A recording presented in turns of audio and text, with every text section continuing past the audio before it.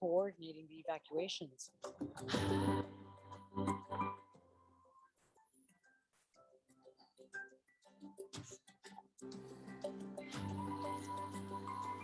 So we're dealing with surrogates and babies spread out over huge areas.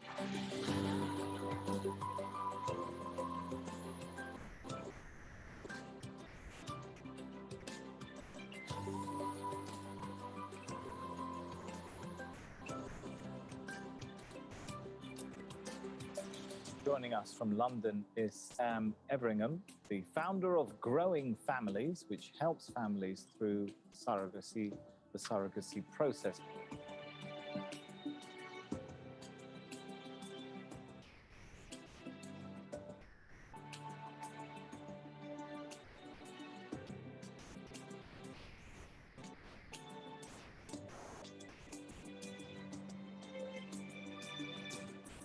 Evacuation of these children is a major undertaking for our volunteer staff and our NGO partners.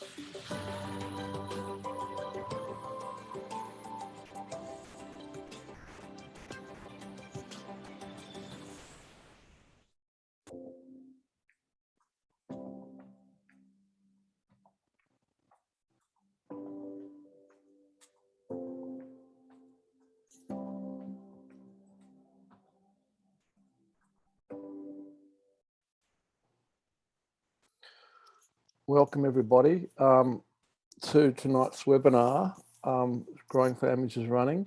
We've got a lot of sort of fairly short talks tonight, as well as a panel of parents and later on a panel of kids talking about being born via surrogacy. Tonight we're focusing particularly on surrogacy in more affordable destinations. And with a focus on Georgia and Mexico in particular. But we're going to start with a talk by Shabana, who's worked with Growing Families for quite a long time now. She's based in the UK, and she's supported lots of our parents. One of the things we've noticed is that emotional support, emotional readiness is really important. And so we're investing more energy into this these days. And Shabana's going to talk to us a bit about how you guys can be emotionally ready for this journey and what kind of things you can do to help that along the way, because it's such an important and can be such a stressful journey we're going on. Hi, Shabana, nice to have you here. Hi, Sam. How are you doing? I'm good. Shabana is also a mum via surrogacy in Ukraine to 2 kids, so she's been walked in your shoes like I have. So she's an ideal person to understand some of the stresses that you guys will face along the way. So Shabana, thanks a heap for having a chat to us all about this issue tonight. No problem. I'm speaking to you today from the luxury of my car, Sam. Yeah, I'm a mum through surrogacy. I have my 2 boys born through Ukraine surrogacy. One of them's 4 years old, and the youngest is 1, almost 1.5. One of the things that I found myself having gone through surrogacy journeys is the emotional aspects of the journey being so very important. And for the past 4 years, I've been helping support many other intended parent couples, as Sam knows, and it's been with the support that they've needed. So whether it be speaking to them before they decide to sign up with an agency to make sure they're emotionally ready, or during their journey, really, because a surrogacy journey can be very tough, and they're the things that I want to speak about today. So before looking at surrogacy, one of the things that I speak to people quite often about is, are they actually ready emotionally to go out and meet an agency and sign with them? Or these days, it's done remotely. Is a person or a couple ready to embark on that journey? And I think this is such a huge undertaking, because you have to be prepared emotionally for what's to come. Some of the challenges that I'm actually speaking about are things like, as simple as when we first went out and signed with an agency, we were so excited and raring to go, and we got the flight back home. This was almost 5 years ago, and I remember it just like it was yesterday. Got home and then it's radio silence. So you've paid out a whole heap of money. You're really excited, but you don't hear anything for a good while. And weeks go by and you're thinking, have they just conned me? What's happened? You know, what expectations should be set here? And the reality is behind the scenes, there's a lot going on. Perhaps an agency is trying to match you, you know, with a potential surrogate. Perhaps you're in a queue of intended parents waiting to be matched and they've got certain wait times. So I think these expectations are something that need to be discussed early on, very early on with an agency. You know, how long are the surrogate waiting times, just so that people know what to expect. What do I need to do? How often do I need to reach out, or will you reach out to me? And by having these questions asked early on, it sets our own emotional expectations and we can sit back and relax as intended parents. Further down the line, there are other things that can happen. And I think, again, it comes down to expectations. And we can overcome these by asking the questions early on. So things, for example, like when you're waiting for a surrogate, do you have any choice in what type of surrogate you're going to get matched with? Are you going to be able to see when the scans happen, or do you just wait for an embryo kind of, you know, a scan report? Like, you need to understand all of these things. And these are the things that I learned through my surrogacy journeys that now looking back, I wish I'd asked the questions at the beginning. In terms of other things that I think people can do to be prepared, and I wish I'd embarked on this a little bit more, is whether a couple or a person want to have counselling before they decide to go down the surrogacy journey. And then once they've signed, is counselling a good idea to help manage any kind of emotional turbulence during a journey? Because there are a lot of ups and downs. In terms of ups and downs, the type of things I'm speaking about are, you know, waiting for a surrogate, waiting for an embryo transfer to happen. That build up to the wait can be quite grueling for some people. I know for me it was. Waiting for every single scan and seeing if everything's okay with baby when you get the positive. But I think the most difficult aspect of this can be when things don't go how you want them to. So if there's a failed transfer, or if there is, unfortunately it can happen, but if there's a miscarriage, you know, how do we as intended parents deal with these things? So I ask all intended parents or people looking at surrogacy to find themselves a support circle. So whether it be a counsellor and seeking counselling, whether it be a couple that are going to be strong and speak openly throughout their whole journey and make sure they support each other. I mean, we as intended parents, if we're going through it as a couple, should do that anyway. But it's very important to make sure that we've got some foundation there. Or whether it be a support group. And the reason I say that is because there are support groups out there set up by people like me. I run a support group with a couple of other admins, and there are other groups out there as well on social media.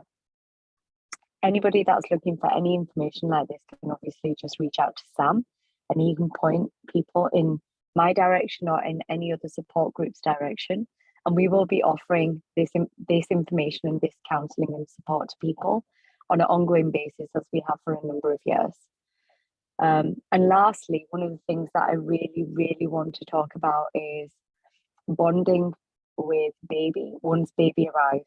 And this is a huge, huge aspect that some intended parents do get worried about, you know, whether it be using an egg donor and an intended mother perhaps worrying that she can't connect with this baby, or whether it be just parents thinking, you know, we didn't give birth to this child, I didn't carry this baby didn't grow anywhere near me because the surrogate will be somewhere at the other end of the world.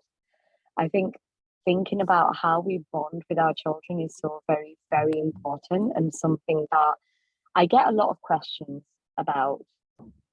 And one of the things that I found, and it's easy for me to say because I have 2 children and I've been through it, and I know that it's a scary subject for a lot of people. But when you become a parent and you really have wanted to become a parent for a very long time and you get that baby, all doubts go out the window.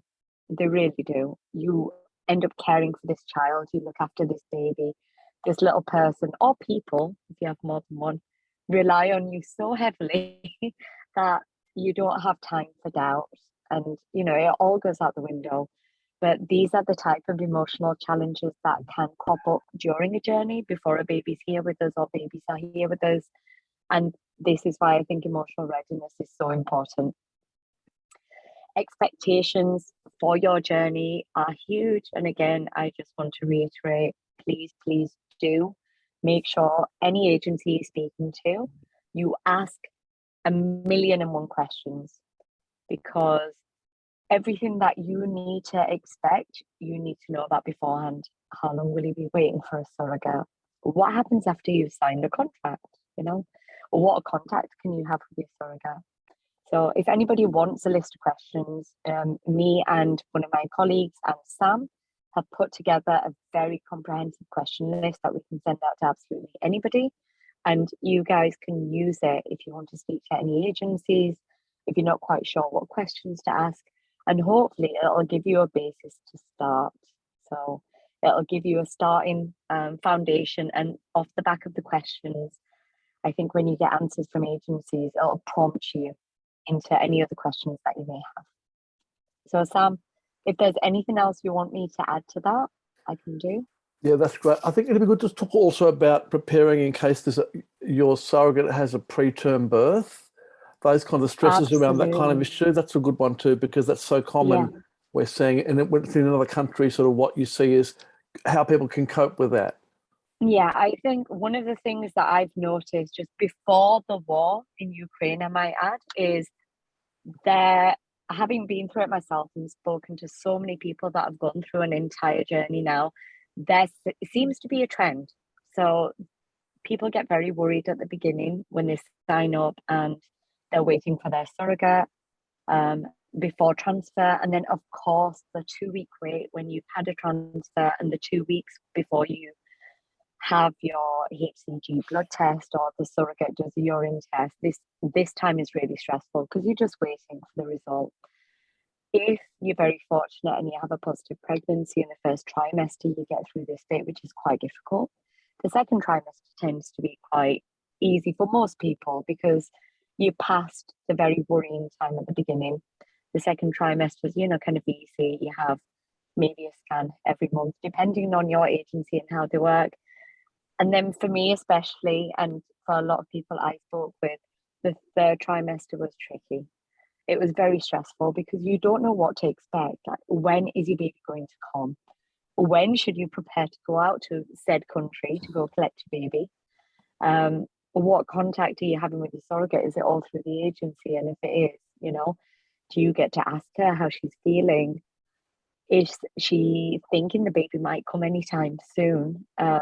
What if the baby comes early? Like, what contingencies have the agency got in place? Like, it gets very, very stressful. And I think managing our emotions at this time is so difficult because, quite realistically, your agency has got the surrogate and her logistics to plan. They will not be able to, and this is a realistic expectation, having been through it myself, an agency will not be able to answer 20 questions a day if somebody is just emailing them or messaging them constantly. So this is why I personally say to intended parents that it's so important to ask lots and lots of questions early on so you know what to expect. Perhaps even if you have questions about medical care and contingency plans and what happens with a surrogate if she goes into labour early. Have you got a backup plan? Does she give birth in her home city, or at what point does she move to the city where she's going to give birth? So it's good for intended parents to know all this, to manage their emotions themselves. That way, if anything does happen, if you get a call, your surrogate's gone into labour early, or if your surrogate, if you're in touch with her and she messages you and says, look, I've gone into hospital and the baby's coming, you know exactly what to expect. Another big thing that I found was understanding, are you allowed to be there for the birth? But also setting expectations in case things don't go according to plan, because 9 times out of 10, things will go how they're meant to, but there's always that 1 time out of 10 where things don't go according to plan. So if you've got your heart set on some sort of plan, like you'll get there to whichever city or surrogate's giving birth a few weeks before the birth, you'll wait for the baby to be born, you'll be there in the delivery room when the surrogate's going to give birth. You'll have skin to skin straight after. I mean, it's such an emotional thing to think about when you've been trying to have a baby or when you want to be a parent, but you have to be prepared in case that doesn't happen. Emotionally, it can be wrecking if you've got your heart set on something and it doesn't go according to plan. But personally, myself, I had a mantra that got me through that 3rd trimester, which was, I'm praying for a healthy, happy baby. And I just kept saying it over and over to myself. And that is the only thing I was concerned about. As long as my baby's healthy, whatever else happens is fine. But then you ask yourself, you know, on the off chance a baby's born premature and needs care, or if your baby is sick, how do you get through that time? And this is why having a supportive agency, but then having your support circle to help you through these difficult times is very, very important. Yeah. So just to share, our first child was actually born on time, but he was quite poorly for the first couple of weeks. And it was very difficult emotionally. But I was very fortunate because I had a support circle of other intended parents that were with us, that have supported us through our journey. And that's what got us through.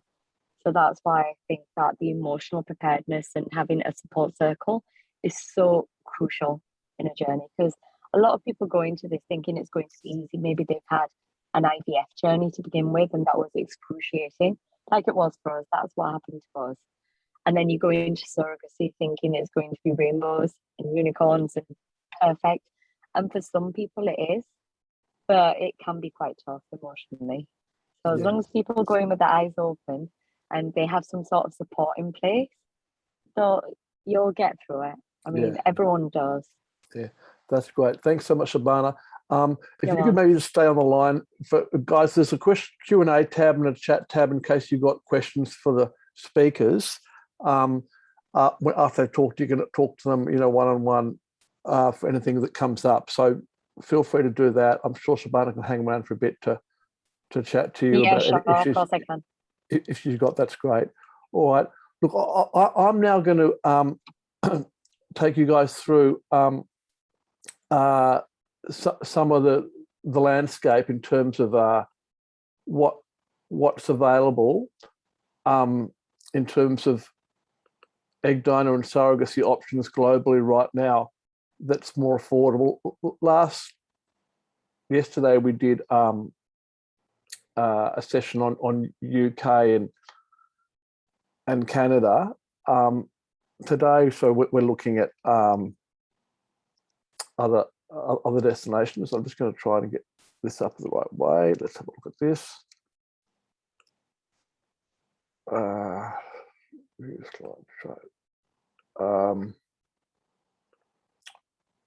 Right. So I'm hoping you can see that screen here now. So I'm just going to go through this in about 10 minutes. This is a bit of a maze. The third-party reproduction, what we call egg donor and surrogacy and sperm donor options, can be really confusing for people. And that's sort of why we get involved in this education, because there's so many things you have to think about from a legal point of view, from a logistical, and from costs and risks. So our job is to try and map it out for you and make it sort of easier than it might otherwise look. A lot of people think, oh, I'll just Google this stuff. Googling these kinds of things can get you into a real bind because there's so much conflicting information online about what's workable and what's not. I'm going to start quickly with egg donor options. For those of you who need egg donors, and many of the people in our community do, you've got to understand that there's 3 key options here. A friend or relative is your egg donor, an IVF recruited donor. In some countries, IVF clinics do have their own donors in-house that are pre-screened and pre-approved. And places like that include Georgia, for example, and Mexico, or an overseas donor database. Some countries have specialist databases of donors. And remember also with donors that you can have donors who are known, like your friend or a relative, ID release, where the kid can get to know them when they're older, or anonymous donors. And we do sort of tend to encourage people to look at ID release donors for their kids' sake. And the rules are around this differ by country. Places like some countries only allow anonymous donors. So Greece, for example, just allows anonymous. So does Colombia, Mexico, I think too, is anonymous, but we can hear more about that a bit later from Mexico experts. Whereas other countries like Georgia, the donors have to be ID release donors. And places like Argentina, you get a bit of a choice. When it comes to surrogacy, there's not a lot of countries that accept foreigners for surrogacy. If you're a UK couple and you can't find a surrogate in your own country to help you in an altruistic context, then, or you don't want to do it that way, then you've got to go offshore for this. And the same for many countries in Europe as well, which don't have surrogates available. So there's places like the US, Canada, Greece, Georgia, and Kazakhstan all have official programs, if you like. Argentina has a program, Colombia, North Cyprus, Mexico, and Albania. We're not going to talk about North Cyprus today because we don't recommend it as a program particularly. Neither are we going to talk about Kazakhstan. We just can't cover everything in the one session. We're really going to talk about these 6 countries on this list here, in my session anyway. Georgia, which is only for heterosexual couples. Greece, Argentina, Colombia, Mexico, Albania. As you can see, for Greece, you have to be a heterosexual couple or a single woman. Some of these countries will issue a local passport to your child, places like Argentina and Colombia. Mexico will, but it takes a long time. Some countries will issue a court order saying you're the parent. Places like Greece and Argentina will do a court order, which can speed up the return process to coming home. The track record for these countries in doing surrogacy varies a bit. Places like Albania and Colombia are very new with it. Other countries have been doing it quite a bit longer. As I said, we're not going to talk about Ukraine these days because we do see Ukraine as way too dangerous a destination. You'll hear later tonight from parents who have recently come home from Ukraine or had a baby in Ukraine in the last few weeks. But it's really something that isn't an ethically responsible thing to be doing right now with the war on. So if we go into a little bit of detail about these places, Georgia has got a commercial model with about a 3 to 5 months wait before you can start. That means until your surrogate's been matched with you. Both intending parents go on the birth certificate. Your surrogate is assigned to you by the agency based on her medical and psychological suitability. And the agency supports your surrogate. They have guarantee programs as well as pay-as-you-go programs. They have low dropout rates for surrogates because they compensate them well. They negotiate with each surrogate a compensation that meets her needs. So your average time from start to birth can be as low as 14 months.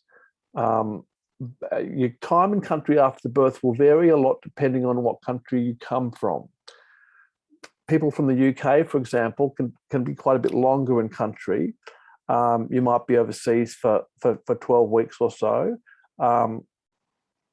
But people from Australia, for example, it might be sort of 6 to 8 weeks. Greece is another established regulated country for surrogacy, which has laws in place. They're altruistic laws. The wait time to start, though, in Greece is longer. We're talking more about 8 months to start because there's a court case up front. There's only a few IVF clinics who can recruit surrogates. Both parents, though, do go on the birth certificate. The surrogate's more assigned to you. They don't have fixed cost programs in Greece. There's no guarantee programs there. And you'll find that in most altruistic destinations. Dropout rates, though, for surrogates are low. The journey time tends to be longer because of the court case up front and the fact that there's sort of quite a bit of demand on Greece right now. And you might be over there for 6 weeks post-birth. In Greece, your child will not get a Greek passport. You've got to wait till you get a passport for your country. And then there's a whole range of what we call emerging or unregulated countries which offer surrogacy to foreigners. And here are sort of four of the key ones. Some of them are commercial on paper, some are altruistic.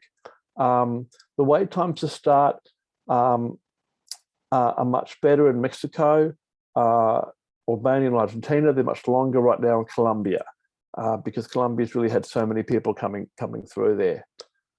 In general, the intending father and the surrogate will go on the birth certificate in most of these places. Although we'll hear a bit from Alonso a bit later about the specifics of that for Mexico.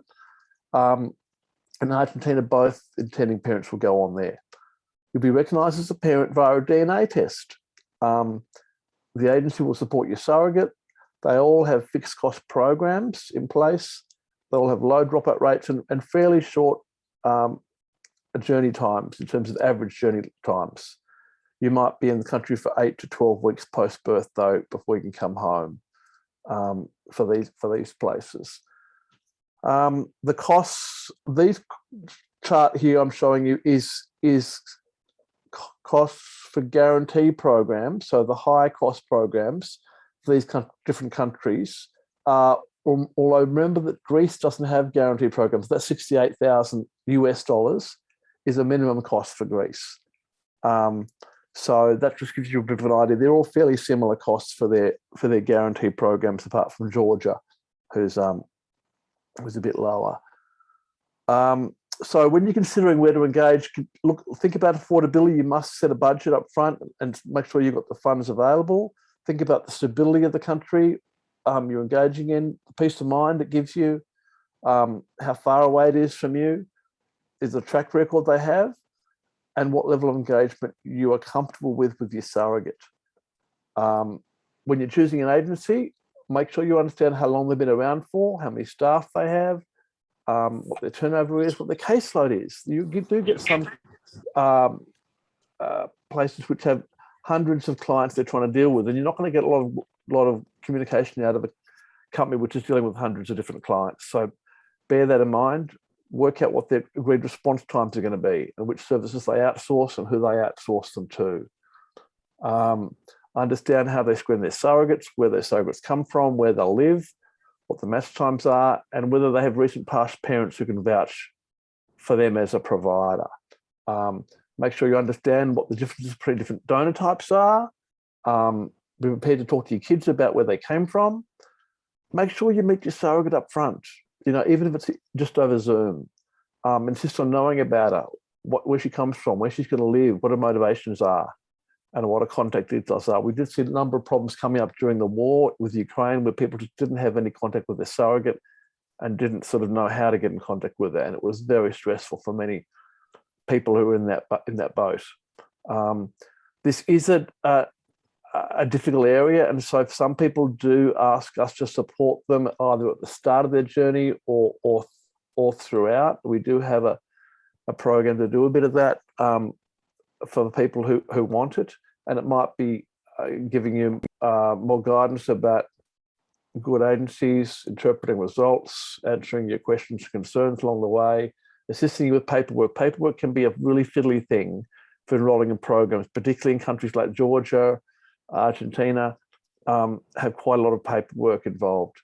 And it gives some people peace of mind. This can be nerve-wracking doing this so far from home. And that's why some people do like some personalised time rather than just relying on what they read on a Facebook forum. So look, I hope that's useful. Come back to us all with questions during the evening. I'm now going to introduce you to our next speaker, though, who's going to talk about, it's a doctor I've known for a number of years, Dr. Uliana Dorofea from Aubergine Egg Bank. Dr. Dorofea has done some extraordinary things during the Ukraine war in terms of making sure hundreds of thousands of embryos were brought to safety in Bratislava. Her team has relocated their facility there to Bratislava, and she's got an incredible program of egg donor options, and also is now extending their surrogacy programs to other countries. So welcome, Uliana. So good to have you here. Thank you so much for your kind introduction, and it's always a pleasure. Either we are in Kiev or we are in Australia, so I'm happy to joining the meeting, and thank you for inviting today. I'm going to talk, as Sam already mentioned, about egg donation, but mostly about surrogacy in Georgia and Albania. However, before we start, of course, I would like to start from the history which happened with us in February 27th. So it was 3 days post the time the war started between Ukraine and Russia. And of course, the priority for us were, and that was really scary, scary for our lives, for our kids, and also for everything else what we are responsible for. And these were our embryos. So you can see only a small part of the materials which have been relocated from Kiev and Lviv, where mainly we were practicing. However, also later from the different destinations in Ukraine.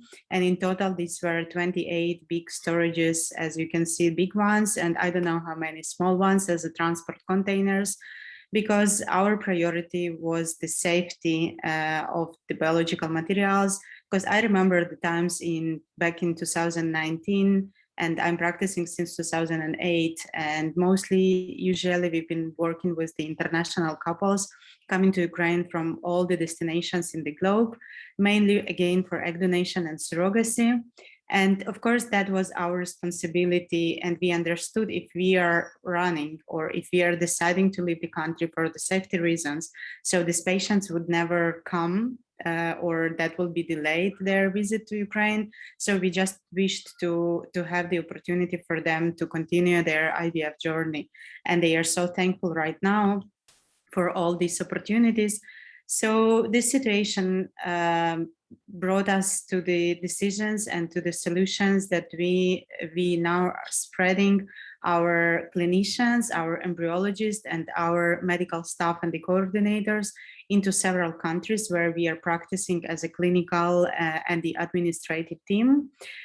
Still, we continue some work in Ukraine. And as you know, of course, we do not recommend right now to go there. However, the news from the side of the war are very positive, and we hope that this will not last for longer time, and that will be, we only wish for the victory, of course. And Ukraine is a huge country from east to west. We have 1,500 kilometers. And as I said, we were mostly practicing in Lviv, which is very western city, only 60 kilometers from Polish border. And there is another city called Uzhgorod. So these are two locations where clinical activities are right now active, not only for oocyte donation and for local patients. However, also we can bring the sperm, we can create embryos, we can move those embryos for the further future process. We can do, and we continue doing some surrogacy cases, which were started before, of course.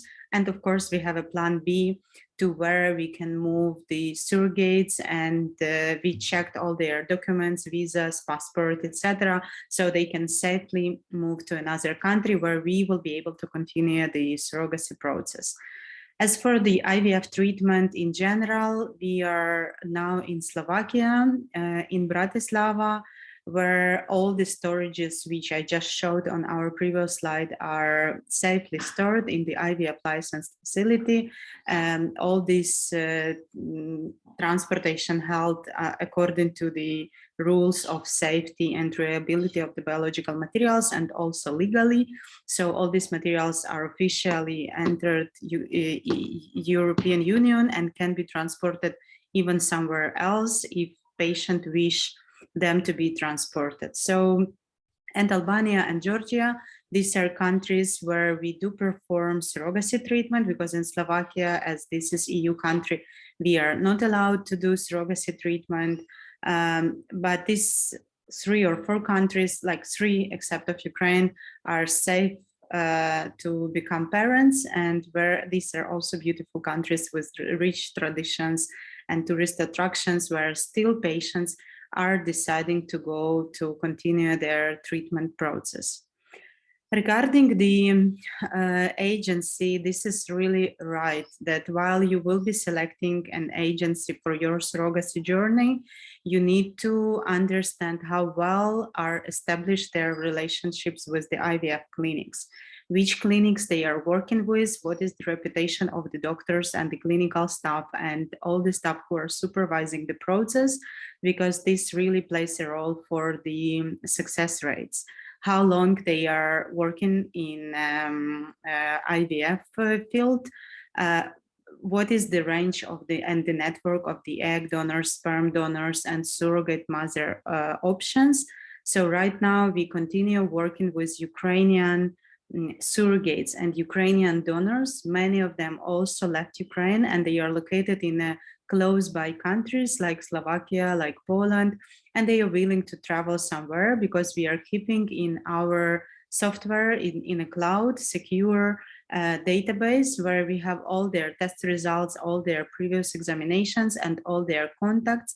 And of course, we are contacting them in order to continue with their treatment, as many patients are willing to continue with the treatment. And not only COVID stopped us, and neither war. So if there is a need from the patient side to continue the treatment and we can help in this journey, of course, we are willing to help, and we are learning about other options which are available just for the benefits of the patients. There should be a variety of the IVF and surrogacy treatment options. Of course, we understand that not every country can cover the needs of all specific populations and the group of the patients. There should be a flexible consultation schedule, not only the doctor. However, sometimes if this is a repeated failure, this also can happen. There is an embryological support, which also is recommended to be as a part of the consultation and the supervising or being involved in the process. Of course, very important is the legal support and constant communication with the team. So before starting the surrogacy process, patients and the team of the agency will work together of choosing and examining the surrogate mother. For our practical experience, this is, of course, this is as a to start the process. It's a recommendation from the clinical team. However, right now, because for all these locations, we are still as a priority using our Ukrainian surrogate mothers, and they are willing to change the destination where they will live during the process. They are happy to be under our supervision, and they are happy to travel and to deliver the baby in the country where they started the process. So the number of the surrogates are really a lot of those who are willing, and there is no waiting list right now. So we would need to examine the intended parents. If there would be a woman who is happy to provide her own biological materials, we will provide an IVF treatment for her or organize an egg donation program if that will be needed. All the IVF procedures, medical support, and the pregnancy care during all the pregnancy term, psychological support and the evaluation, organizing of the delivery of the child, and the legal assistance of obtaining the birth certificates. Surrogacy programs, of course, are different, and they can start from the fact that we already have embryos which have been created before, and we just need to continue with transferring them into the uterus of the surrogate mother. We can create an IVF process from the very beginning, perform ICSI fertilization, and then the surrogacy program, egg donation with the surrogacy, or all-inclusive egg donation and surrogacy program if there is a quality of the sperm parameters which are acceptable. As an additional services, that could be pre-implantation genetic testing. Of course, it's recommended for 24 pairs of the chromosomes. Also, there is an option of knowing a sex of the baby in all of the countries we are talking about. Embryos can be cryopreserved and also transported into different destinations, as I said before.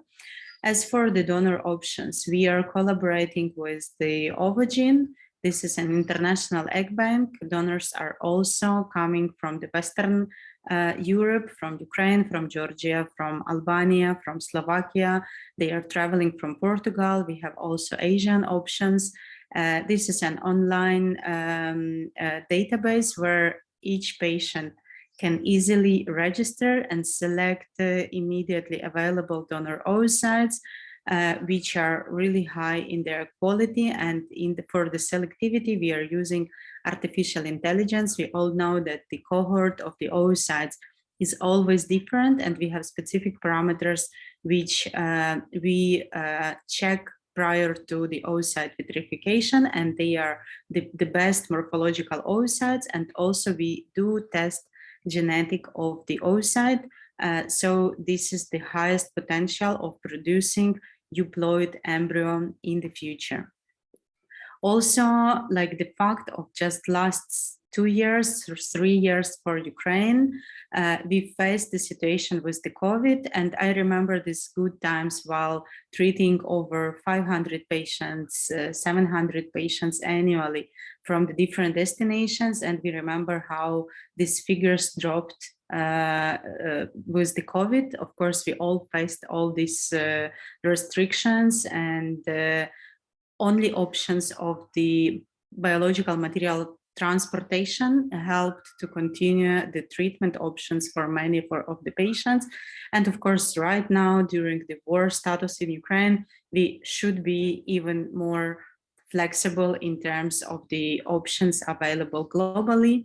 So this is a great solution while the embryos could be safely transported. And I'm happy, I know that today in the schedule we have a talk regarding the cryotransportation, so I will not stop long here. Regarding Georgian and Albanian process, I will talk more from the side of the clinical doctor, as I am a clinical doctor. However, we are in constant contact with the legal advisors in both clinics, and we are happy to provide the consultations with them and help every specific couple to answer the questions regarding the specific treatments needed. So for the couples of the who are willing to have surrogacy treatment in Georgia, they can be either officially married couple, and of course that, as mentioned by Sam before, this should be heterosexual couple, but they could be either officially with the civil marriage certificate, or they can prove their status of being a couple by providing set or one of the documents proving that they own their flat or the house together, that they have a common child, that they are living together, that they have contract signed more than a year ago. It could be a certificate of the religion organization to confirm their marriage, not only the civil act, a medical facility certificate of the diagnosis confirming their mutual infertility history. All these documents should be notarized, and it will work to confirm their status. The issue which is quite often happening, that if we are using oocyte donation for this kind of treatments for surrogacy in Georgia, we need a notarized certificate from the oocyte donor. So that's why many patients are facing complications while being able to provide, if the embryos were created beforehand, and that was not a request on the beginning. So it's complicated to get this right now as a document for performing the treatment.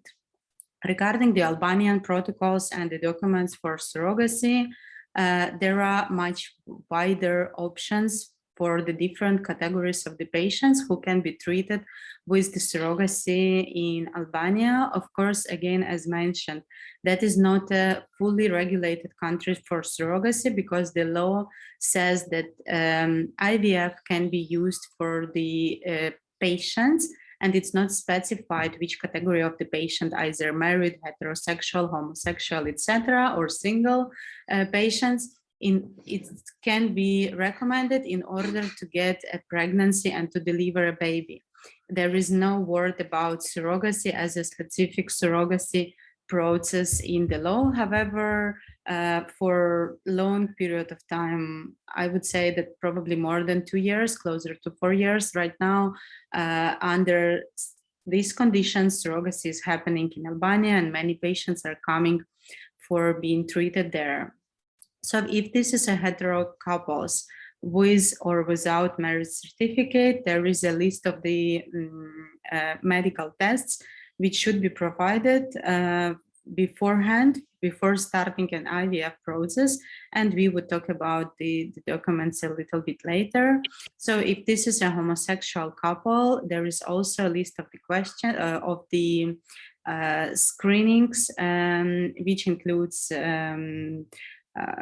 infectious diseases, some genetic tests, DNA fragmentation as recommended for either including or not including patient for the unlimited package, sperm morphology parameters, etc. So there is a need of traveling the patient to Albania in order to sign the paperwork for starting the process. The sperm can be frozen and then kept until the entire process will start, and the donor or the eggs will be provided by the patient, or the donor will provide her oocytes, and then the IVF process, creation of the embryos, and the embryo transfer. So single mans are also allowed, and very similar list of the screenings for them. Single women as well, which is not common in many of the countries to allow single women for the surrogacy process. However, here in Albania, this is possible, as well as the clinic is accepting patients with the carriers of the HIV, hepatitis B and C after the sperm wash. The single man or any man in different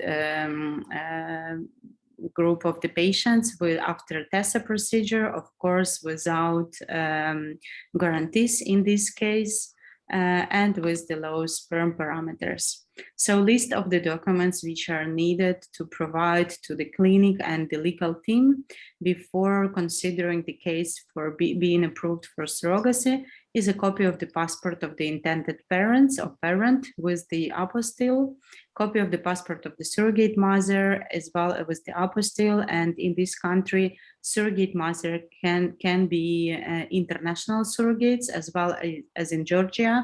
So surrogates could not be local, they can travel, and that can be arranged by the agency.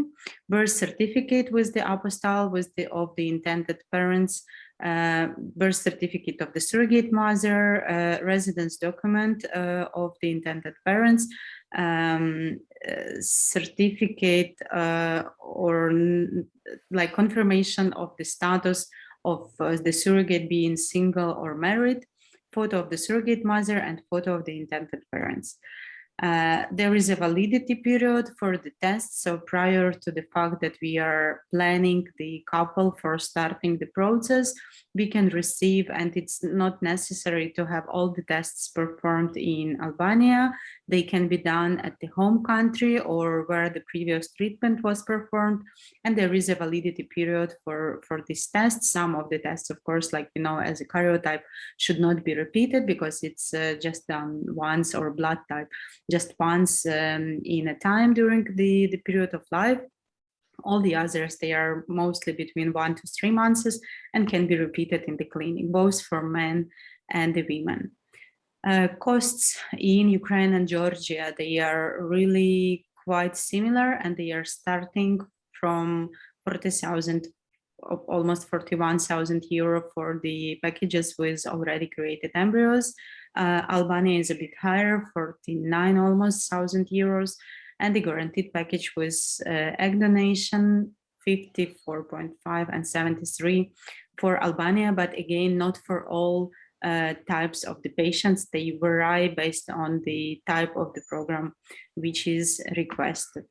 So thank you so much for your attention, and of course I will be happy to answer the questions if any. That's great, Dr. Dorothea. Thanks so much. You can stay on the line if people have questions for you on the Q&A tab. That would be great. Sure.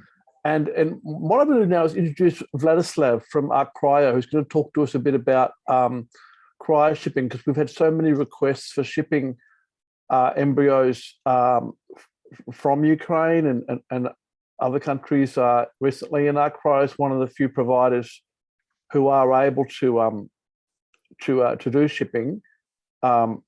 So Vladislav, thanks for coming and talking to us a bit about the shipping options. That's great to have you here. I think where are you? You're based in Ukraine, is it right?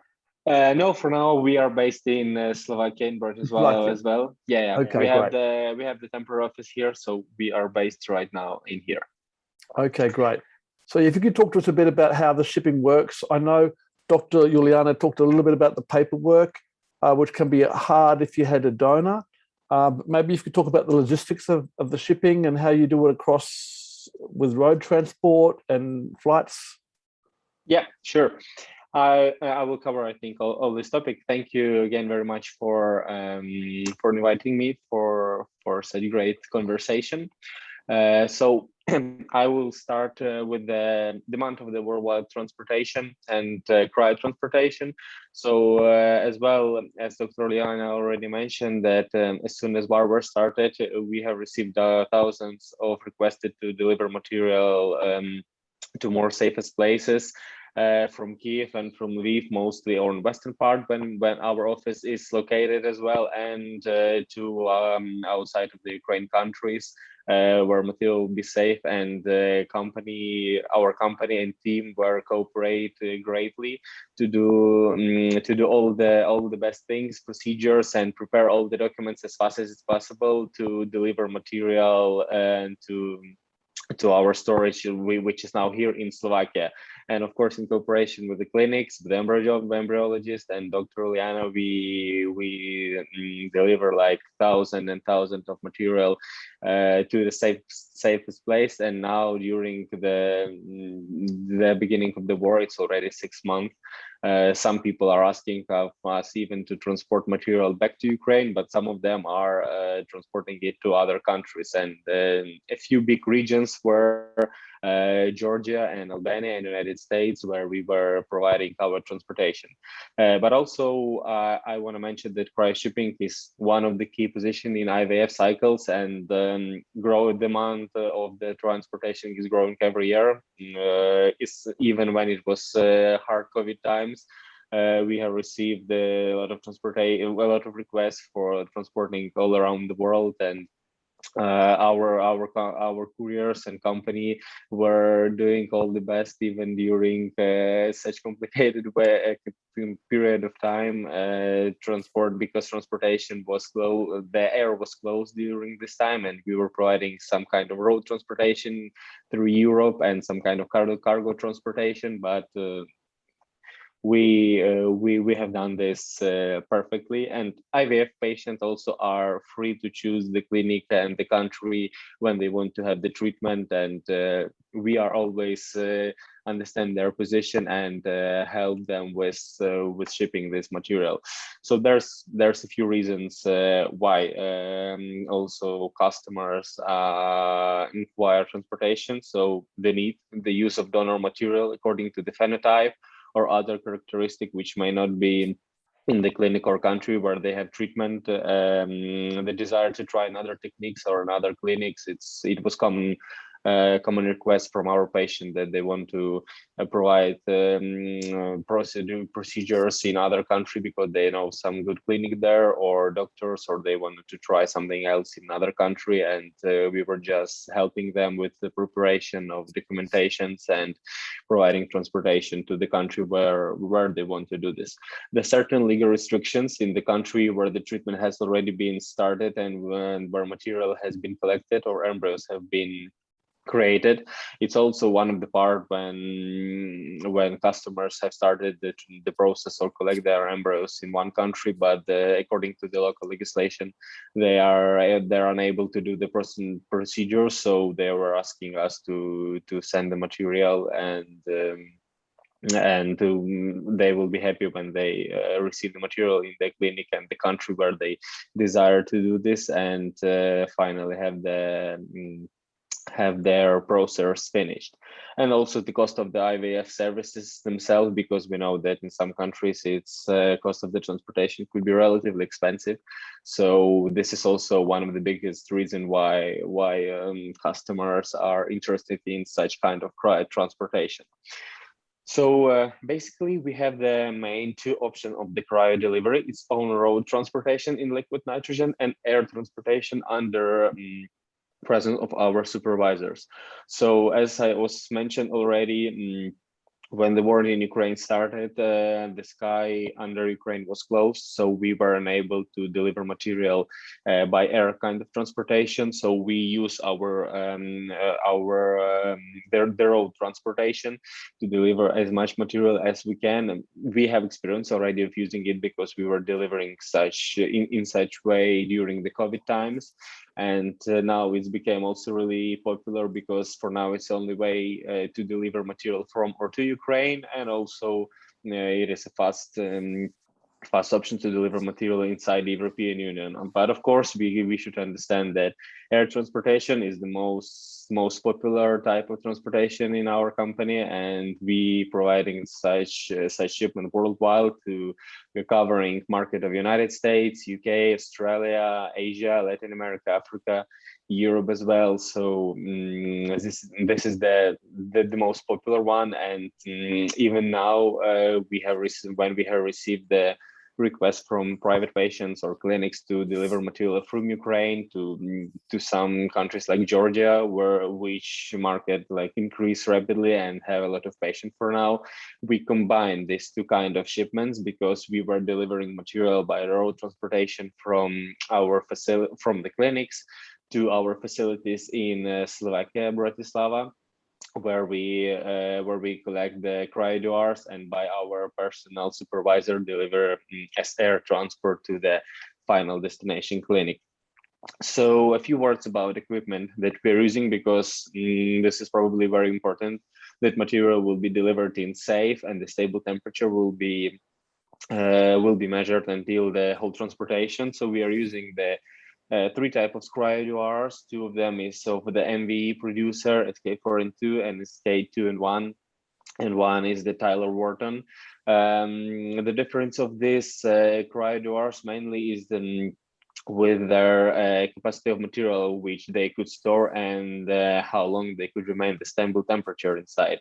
So in case we have the long transportation like the continental shipment, which could take about 5 days, or like sometimes it could be even less, we are using our NV SK42 shippers or Taylor Wharton SC100, which could remain stable temperature up to 14 days, only one good charging of like liquid nitrogen.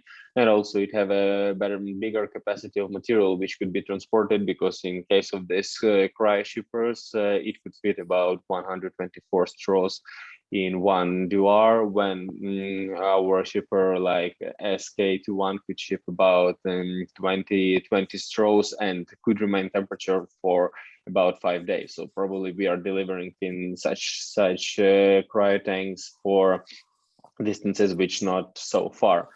And also important thing to have during the transportation is the data logger with a temperature probe. So our personal supervisor are able to check the temperature in real time and have a chart of the temperature, how it was changing during the transportation for our patient and for the clinic when they receive material. And this information probably are very useful for them, because a lot of people are interested about that material was stable during the transportation, shipment was safe, and material wasn't damaged. So data logger is like we are using in all our shipments, and protective box, which is mostly used for the cargo type of transportation, which cover our cryoduar and protect it from any physical damages.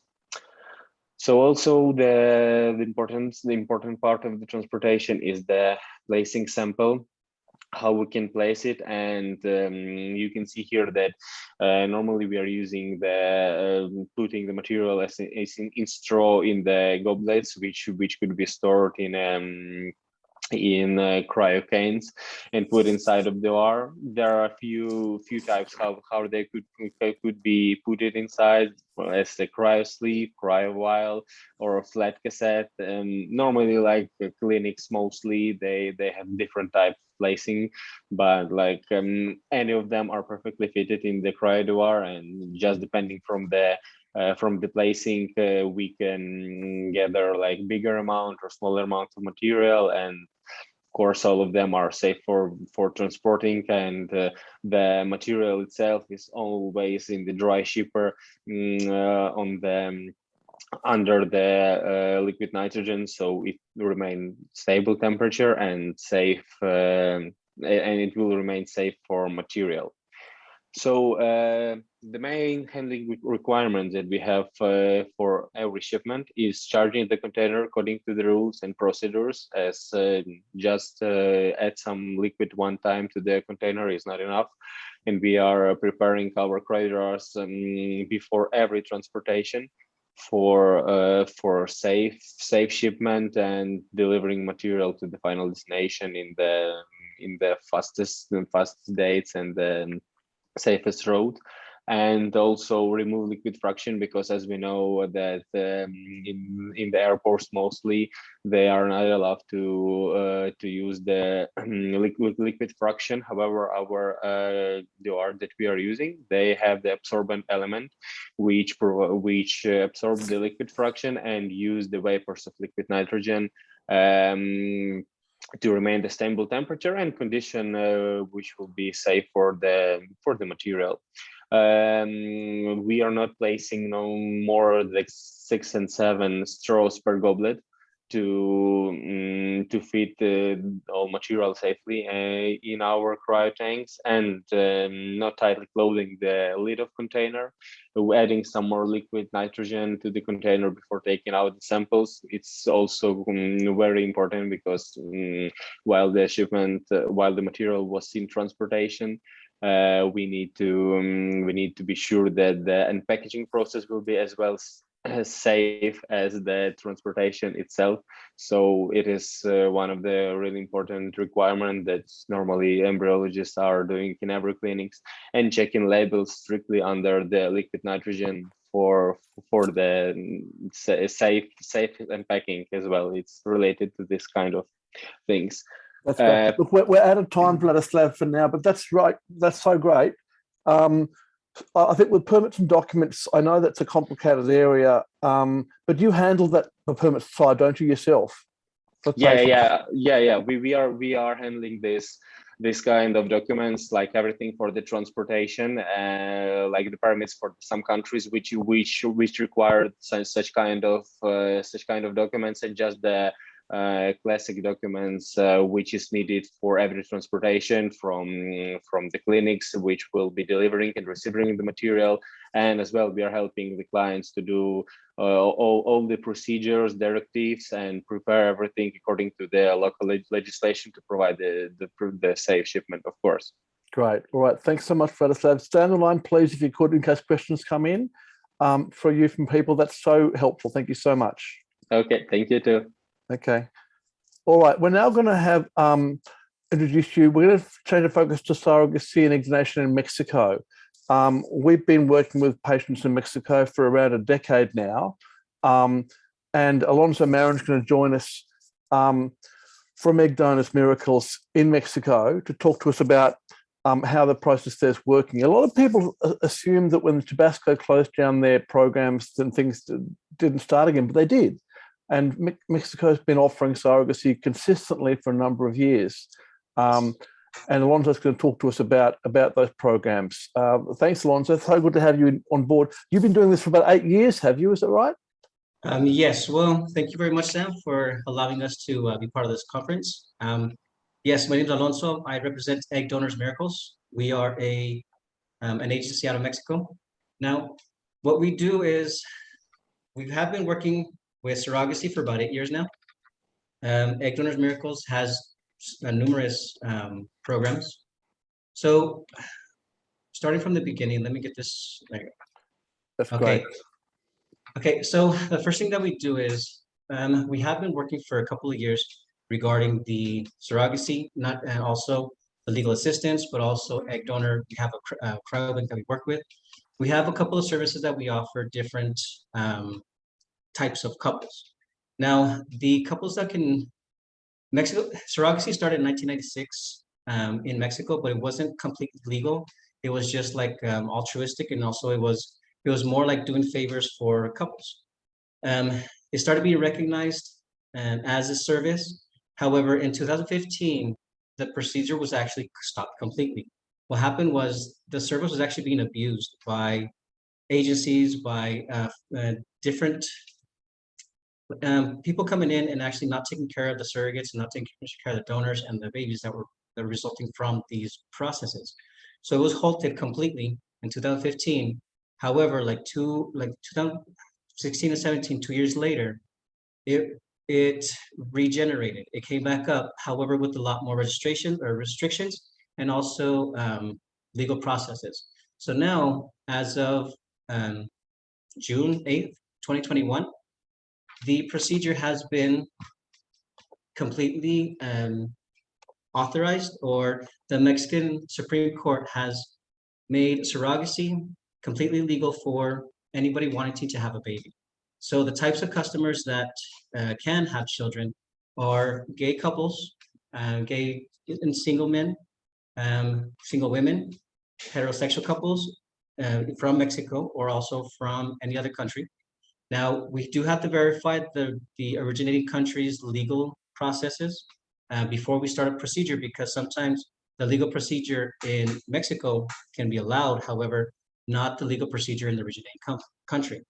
So us and our expert teams, we will evaluate the situation, evaluate the different types of procedures that can be done, and also the couples, but also the legal process in the country of origin. Now, what we do is there's the process that the more popular services that we perform is gender selection, because a lot of couples already know what gender they want to start off with. With the PGTA or the PGD testing, we do test the chromosomes to make sure that the embryos are healthy, to make sure that they're viable, they're euploid, and also can create healthy children. But also it identifies the gender, which is a boy or a girl, and also allows you to select which embryos you want to transfer, either first or for your only child. We do offer surrogacy procedures, which is a complete program from selection of the donor, selection of the surrogate, from all the way to the birth and also the birth certificate. Now, to answer one of the questions that Sam brought up, the birth certificate can be signed by both father and father. So in Mexico, the birth has to be registered. So there's a registry of the birth. So the surrogate will sign the registry mentioning that she gave birth to this child, and the biological father will sign the male part or the father side. However, that's just to register the baby. Once that's given, now we do the birth certificate, and now the two fathers or the two mothers or the heterosexual couple can sign as parent one, parent two. So as of a couple of years, maybe 2021, we have been actually allowing or been able to allow two fathers to be on the names on the birth certificate perfectly well. So that is actually a really big step in allowing gay couples to have the same connection as far as paperwork and also the legal rights for the baby. Now, at Donor Miracles, we do have a extensive database of donor profiles. Now, we have a couple of donor profiles that are here in Mexico, local donors, but we also work with outside agencies. So if there are no profiles that the IPs can actually are willing to use with our donors, our local donors, we can look elsewhere. And the shipping for the eggs or the sperm or the embryos is done by the shipping company. There are legal processes in Mexico that have to be done. There is a process that has to be done by the COFEPRIS, which is our Mexican FDA. And there are for every single material or couple IP that is going to send material to Mexico, there has to be a permission given. And we will be working with a company out of Tijuana or Cancun that has permissions for the COFEPRIS already established. So the process will be a lot quicker, and we'll be able to establish and send more eggs and sperm and embryos from other countries a lot faster. Normally before, it would take 6 to 8 months just to get the permissions for the COFEPRIS. However, now with these clinics or establishments that have these permissions, they will automatically be able to ship them in, and it takes anywhere from 2 to 3 weeks to arrive. However, there are processes, and we need to kind of just make sure that the procedures are done correctly. Now, as far as screening of the donors, what we do is first, it's a psychological evaluation. We interview them. We make sure that they understand what they're getting into, that they know that they're donating the eggs, that they're not going to be the actual parents that just donating the eggs, and they won't even know if the babies were created from these eggs. Now in Mexico, the process is anonymous. The donors cannot meet the parents, and the parents cannot meet the donors. However, there are some exceptions that can be made whenever the donor is okay with meeting the couple, or whenever the couple is okay with meeting the donors. Now, the way that we verify the ID is we ask the donor to make a personalized video establishing or stating that they are doing an egg donation to Egg Donors Miracles, and if they can state the name of the couple, the first names of the couples, they can do that also to verify the ID of the donors. Now we have different characteristics, different types, different since our couples are from other countries, and Mexico is more dark hair, dark eyes. We do try to have different characteristics on the donor profiles. Here's more or less the information that you can see. This is the information that you can verify with the donors. Now, the services that we provide are for LGBTQ.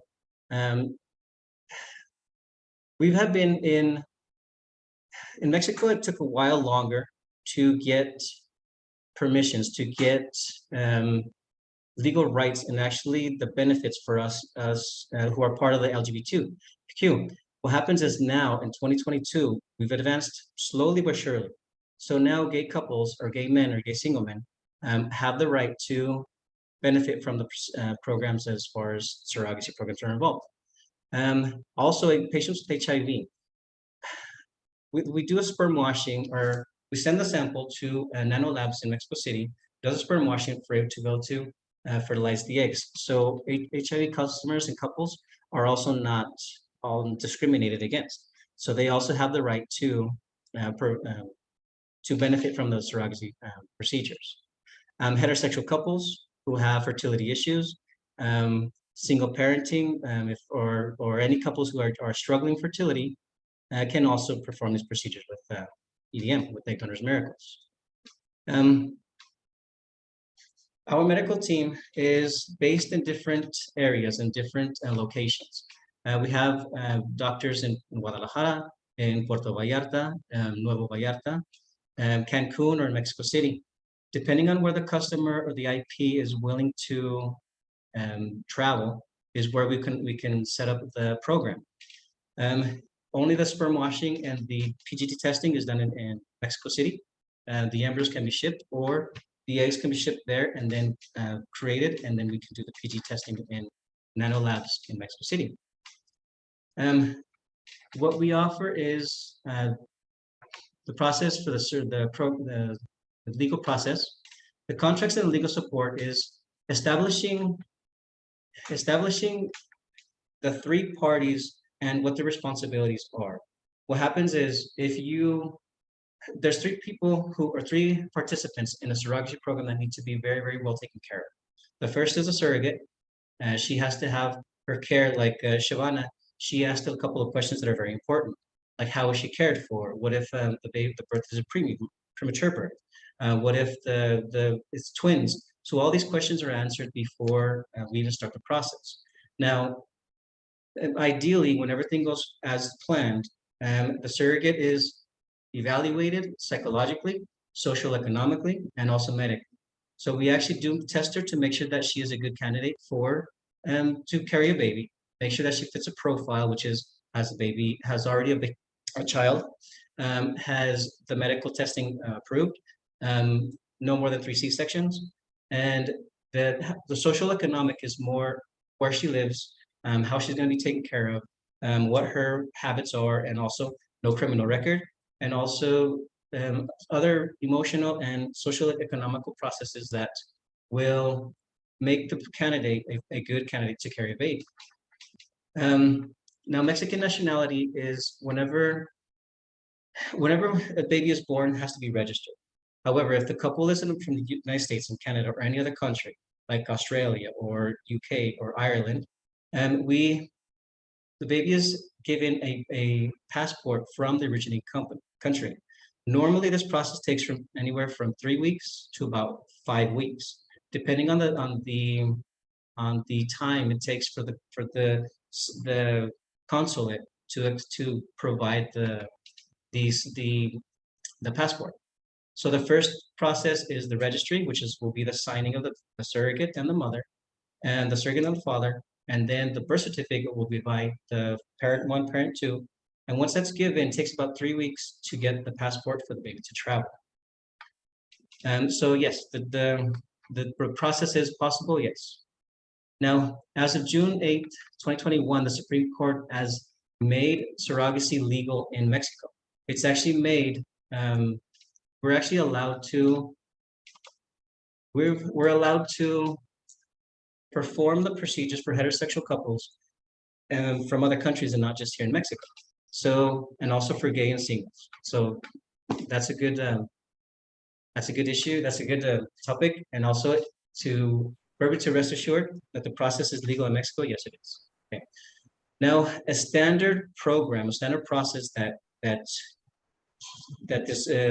surrogacy program, the time frame, and also what's needed is a couple of steps that need to be done first. The first contact or the information regarding the IPs is we first evaluate the process. We first evaluate if the IPs are legally able, medically able, and also if they are logistically able to perform an IVF procedure or a surrogacy program. So once they're cleared, once it has been established that they are able to, now we start gathering the documentation, which is the birth certificate, passports, and other legal documentation. So once that documentation is in, now we start the searching or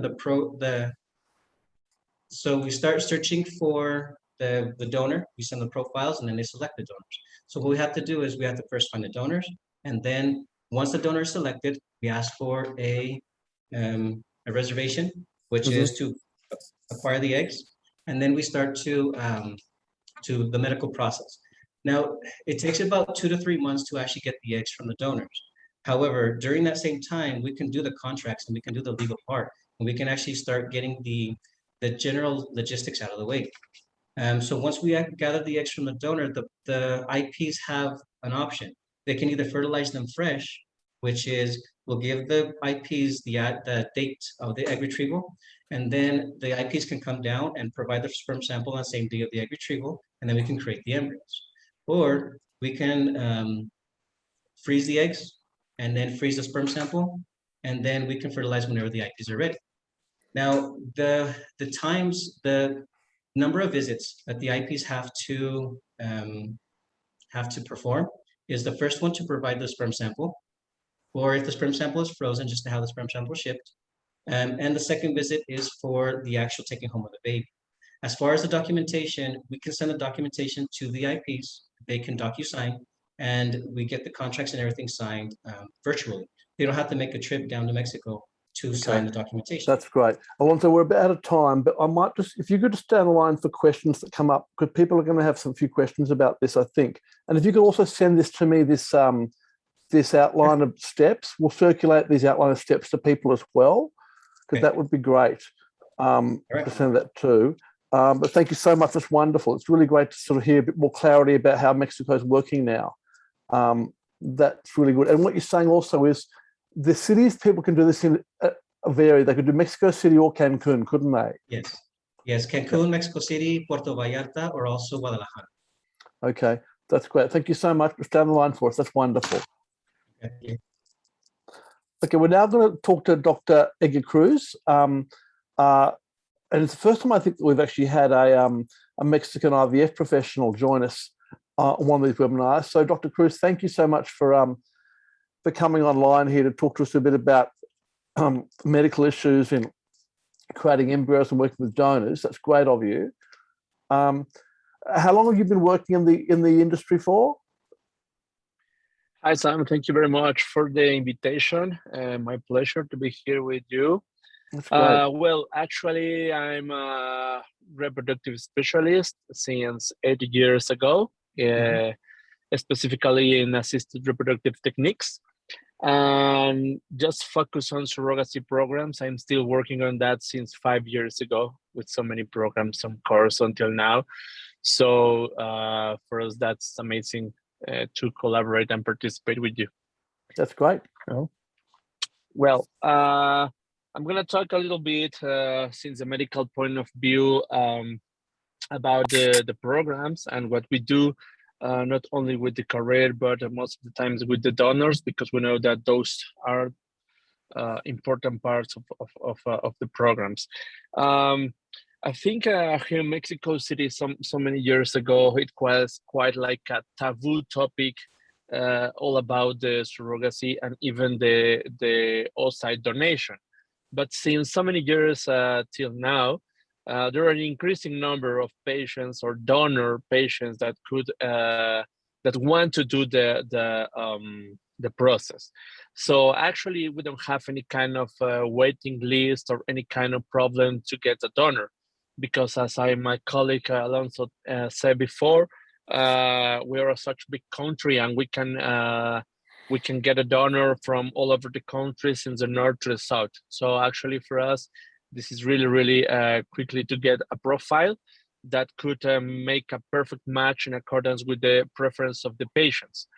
So in the other hand, most of the times, as a routine, we ask to the donor and we ask to the IP patients if they are interested in meeting the donor, because sometimes the donors doesn't accept, and in the other hand, some other times the IPs decide not to do it or try to do it as a private mode.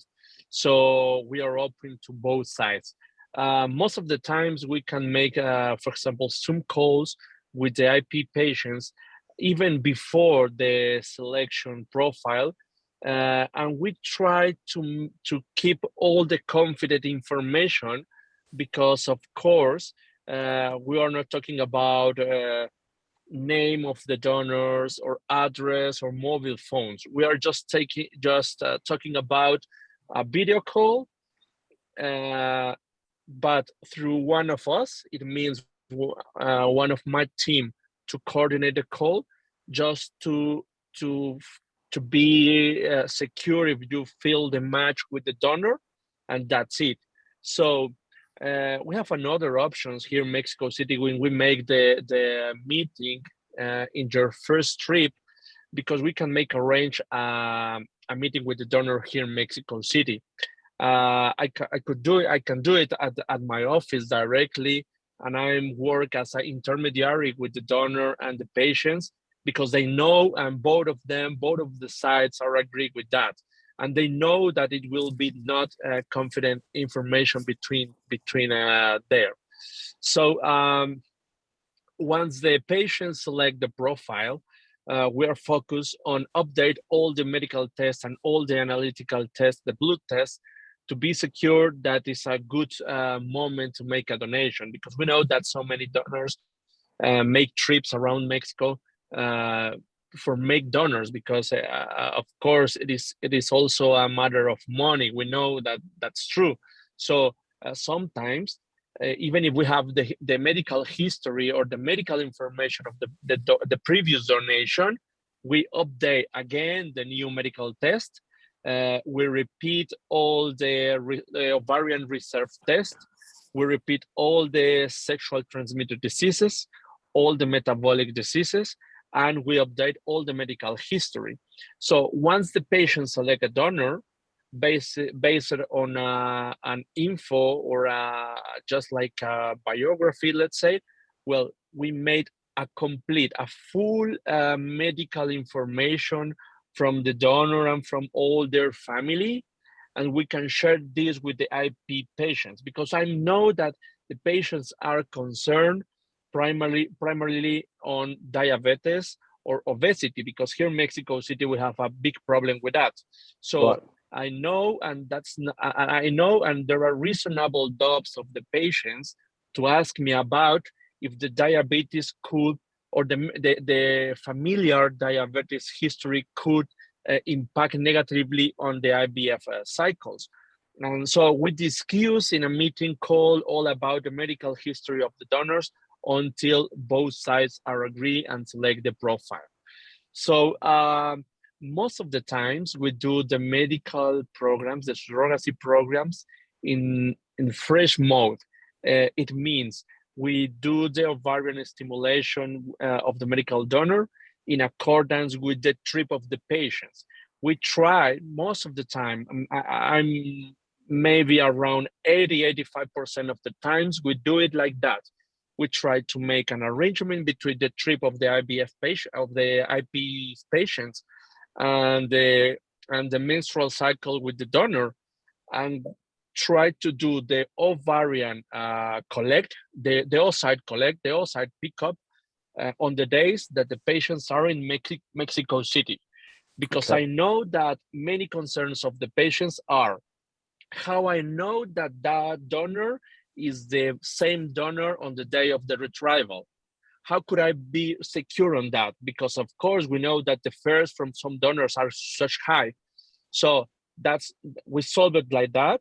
And on the other hand, we know that the genetic quality of the embryos doesn't affect with the frozen process. We know that, but also we know that the metabolic energy of the embryo, of course, it could improve or it could be better if it's everything on fresh mode.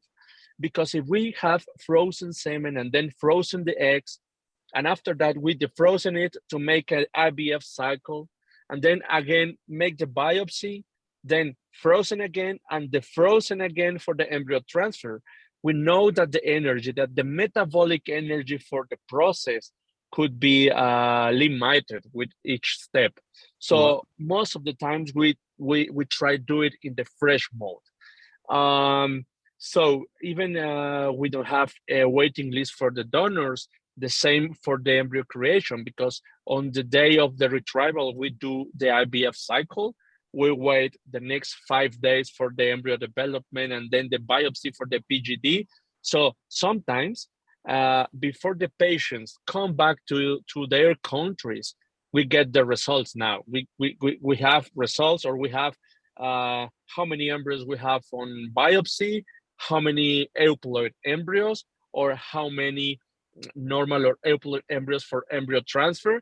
And even on that trip, we try to make an arrangement to make a meeting with their gestational career, So on that trip, we try to solve most of the concerns since a medical point of view. It means meeting the donor, meeting the career, if possible, make the IVF cycle, we get the normal or euploid embryos. So at the end of the day, when the patients come back to their countries, we only have, we need to wait for the legal aspect, the legal green light to go ahead with the embryo transfer, and actually that's it. So I think I don't want to take more time trying to explain. I'm focused specifically on the donor, and I'm able to solve any question you have. That's great. I was going to ask you, is there a limit to how many times a Mexican woman can donate eggs? Well, here in Mexico City, unfortunately, and let's say unfortunately because we know that it is useful for us with the surrogacy programs, but it's totally different like in Europe, that there is a registry for the egg donation. You know, here in Mexico, we don't have any kind of control. So actually, there is not a law to talk about how many egg donations could make that patient. So we try to do all the medical history about, and we are in accordance with the European recommendation of a maximum of 6. Yeah, okay, that's good for me to know. And when you're transferring embryos to the surrogate, do you tend to transfer 1 or 2 at a time? What's your general thing? Well, actually, we most of the time now, I think it's more or less 90% of the surrogacy programs that we do it is a single embryo transfer. And we talk about again and again with the IPs, talking about medical information about 1 by 1 at the end of the day is a better cumulative pregnancy rate compared if you put 2 since the beginning. Just if you are taking in consideration a double pregnancy, so let's think about it. But otherwise, it's better for you 1 by 1 because at the end of the day, the pregnancy rate is higher. No? Yeah, that's a really good point. I think people need to remember that. Yep. All right, Dr. Cruz, thank you so much. What we'll do is I'll allow people to, is it okay if people can get in contact with you later on to ask you more questions on email? Yes, that's right. I will be at the panel waiting until the end, but otherwise I give you my email, drcruzadgar,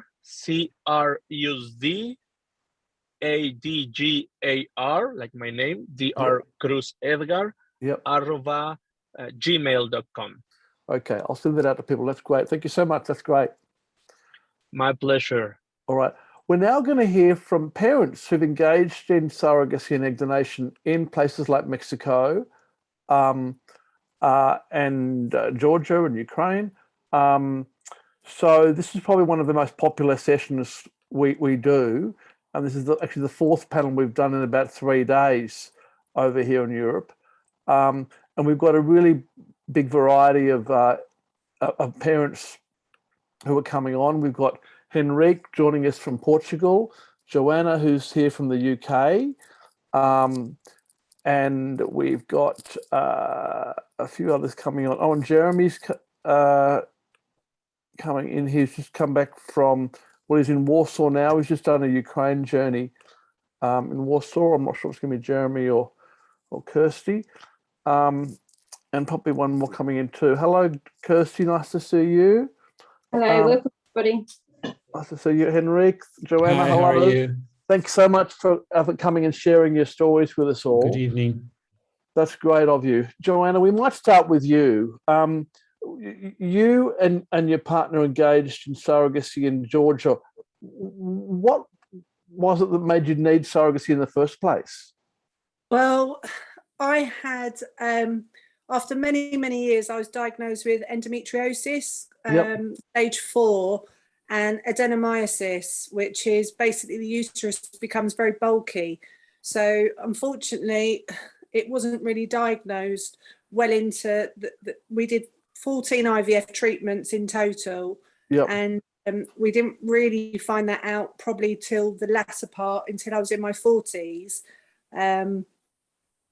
So pretty much for that reason, the egg quality started to deteriorate when I got to like 42, 43, and we would very clearly, and this was in Georgia because I was trying to do cycles in Georgia for my, well, obviously to retrieve my own eggs, and basically they advised against it. So we had the donor as a backup option just in case. So we went with that after 2 cycles in Georgia. So you started using your own eggs to start with? We did, yeah. Okay. Was it hard, and that didn't work, so you moved to a donor next? Is that right? Say that again, sorry, Sam. So your own eggs didn't work, so you changed to a donor. Is that correct? Well, my own eggs hadn't worked in the UK. We did, like I said, we did 14 IVFs on myself. so that didn't work. The last 2 we did in Georgia, but we weren't even able to get any eggs that matured. So unfortunately, I was 45 by that age. We'd started at 38. So yeah, we kind of, let's just say there was nothing else. Yeah. The barrel was empty at that point. Yeah, wow, that's amazing. What kept you going through all those cycles you did yourself? That's amazing.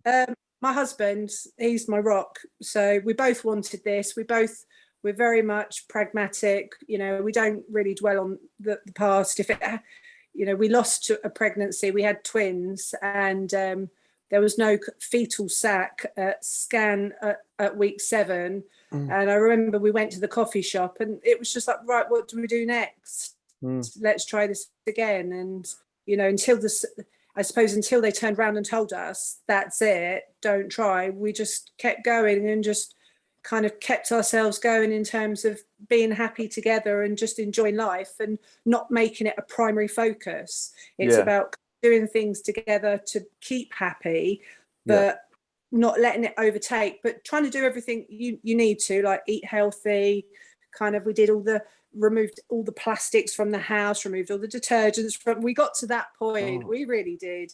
You know, I hated, my husband didn't let me work for 3 months. We did everything, but I think you have to, in order to go through surrogacy.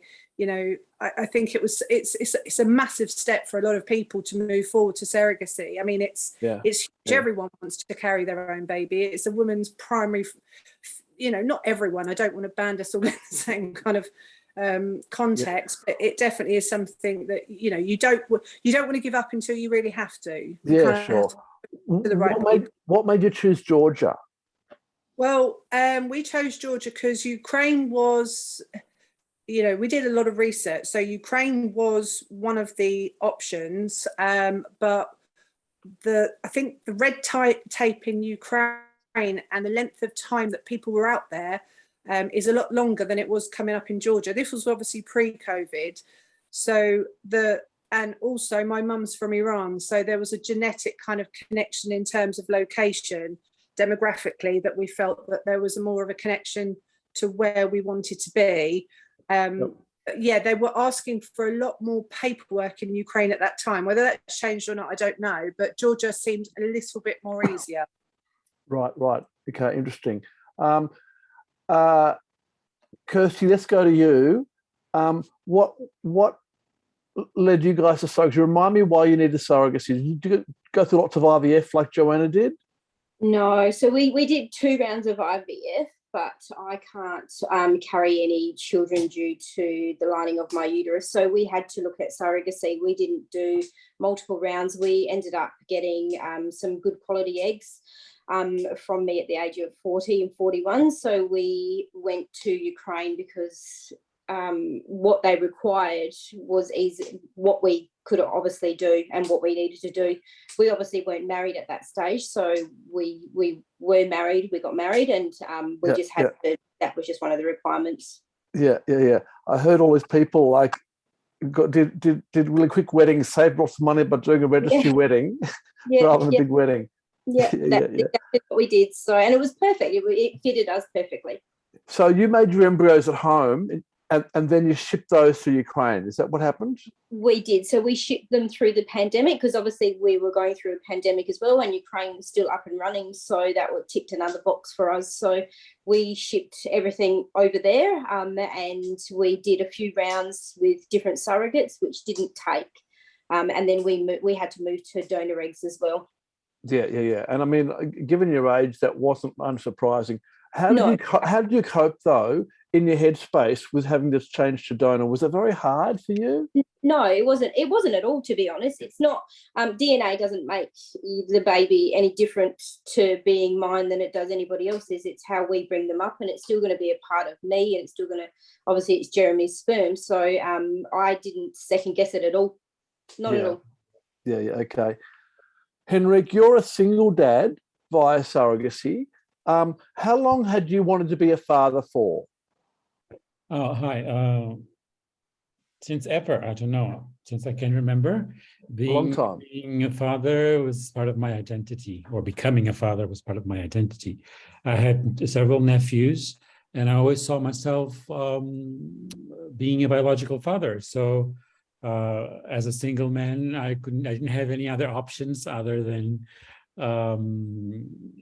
go through surrogacy. So yeah. Did you think you might find a partner before you had kids, or did you just think, no, I'm going to do it on my own? No, I just thought I'm going to do it on my own, because I never really thought that having a partner or not would be determined to fulfilling my goal of becoming a father. I believe that parenthood has nothing to do with being a partner or being in a relationship. I think there is a very square mentality around fatherhood, motherhood, parenthood. And we know that the most important thing raising a kid is, structure, attachment, rules, affection, love, and that's enough. Yeah. So tell us, when did you engage in Mexico? How long ago? Actually, I intended to engage in Georgia as well, because for single parents, single men, single people, there aren't that many options out there. It's very few countries. I think 4 or 5 countries in the world. So Georgia, Mexico, Colombia, United States. These are the 4 I can remember now. So I was planning to do it in Georgia with an Ukrainian surrogate mother, and then the delivery would be in the Czech Republic because of the European Union. But because of the pandemic, the European program was canceled. And since the Mexican program was still going on, they gave me the option to do it via Mexico. And so I didn't think twice. And it was really, really nice, because I had a wonderful experience there with New Life Mexico. Okay, great. And did you travel to Mexico to provide the sperm? Yes, I did. It was a lot cheaper to go there than to send it via a company frozen. I think it was like 3,000 or 4,000 euros. And I went there, paying an air ticket. I paid 500 or 600. Right. Okay. And when you did that, what about choosing a donor? Was it hard choosing a donor? Well, they gave me 2 options. Frozen eggs that were available through the company, or a local donor using a fresh egg. And I decided to go with this second option, because I thought that it would improve the quality of my embryos.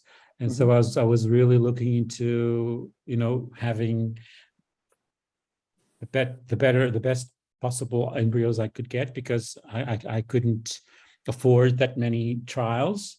So I had on my mind I could only afford 2 or 3 trials. So it was on my second trial that I had 2 premium embryos. So the second one actually went through. Right. What about? So I just decided a few characteristics of the egg donor. So health, personality, etc. Yeah, great. Great. Hey, Ketz is joining us too now. So Ketz is a UK dad by surrogacy, very recent, like Kirsty is. Kirsty, you're still in Warsaw, aren't you? Yeah, so we arrived in Warsaw late yesterday. So we are here till the end of the week. We're just sorting out our passports, and we've got a flight booked Friday. So we're on our home. All right. Can you tell us a bit, Kirsty, about what it was like being in Kiev for the birth and getting there and so forth? You can't really quite understand what it's going to be like. You see what you see on the news. So we had to go by bus, because train tickets are so booked out months in advance that we had to literally fly in and find our way straight in. So we got on a bus. It was a 17-hour bus trip. And you do see what you see on the news. You see, you know, buildings that have been demolished, and you see buildings that have got holes through them through bombs, and places, you know, that are just destroyed. So we arrived into Kiev, and we went to our apartment straight away. So relatively quiet majority of the time, but we did stay there when it was obviously Independence Day. So Independence Day was a bit of a day where everybody thought that a high chance of a strike would happen. So you did hear sirens going off constantly, which are concerning, and a few times we did have to sit in a quiet place or away from windows. So it does play on your mind while you're there, and it really brings home how lucky we really are to live where we do. Yeah. I'll come back to that a bit later. Joanna, can I just ask you, we were talking with Henrik before about the donors. Was it hard for you to select an egg donor? I spent a fair bit of time because Georgia has quite a large database, and it's quite thorough.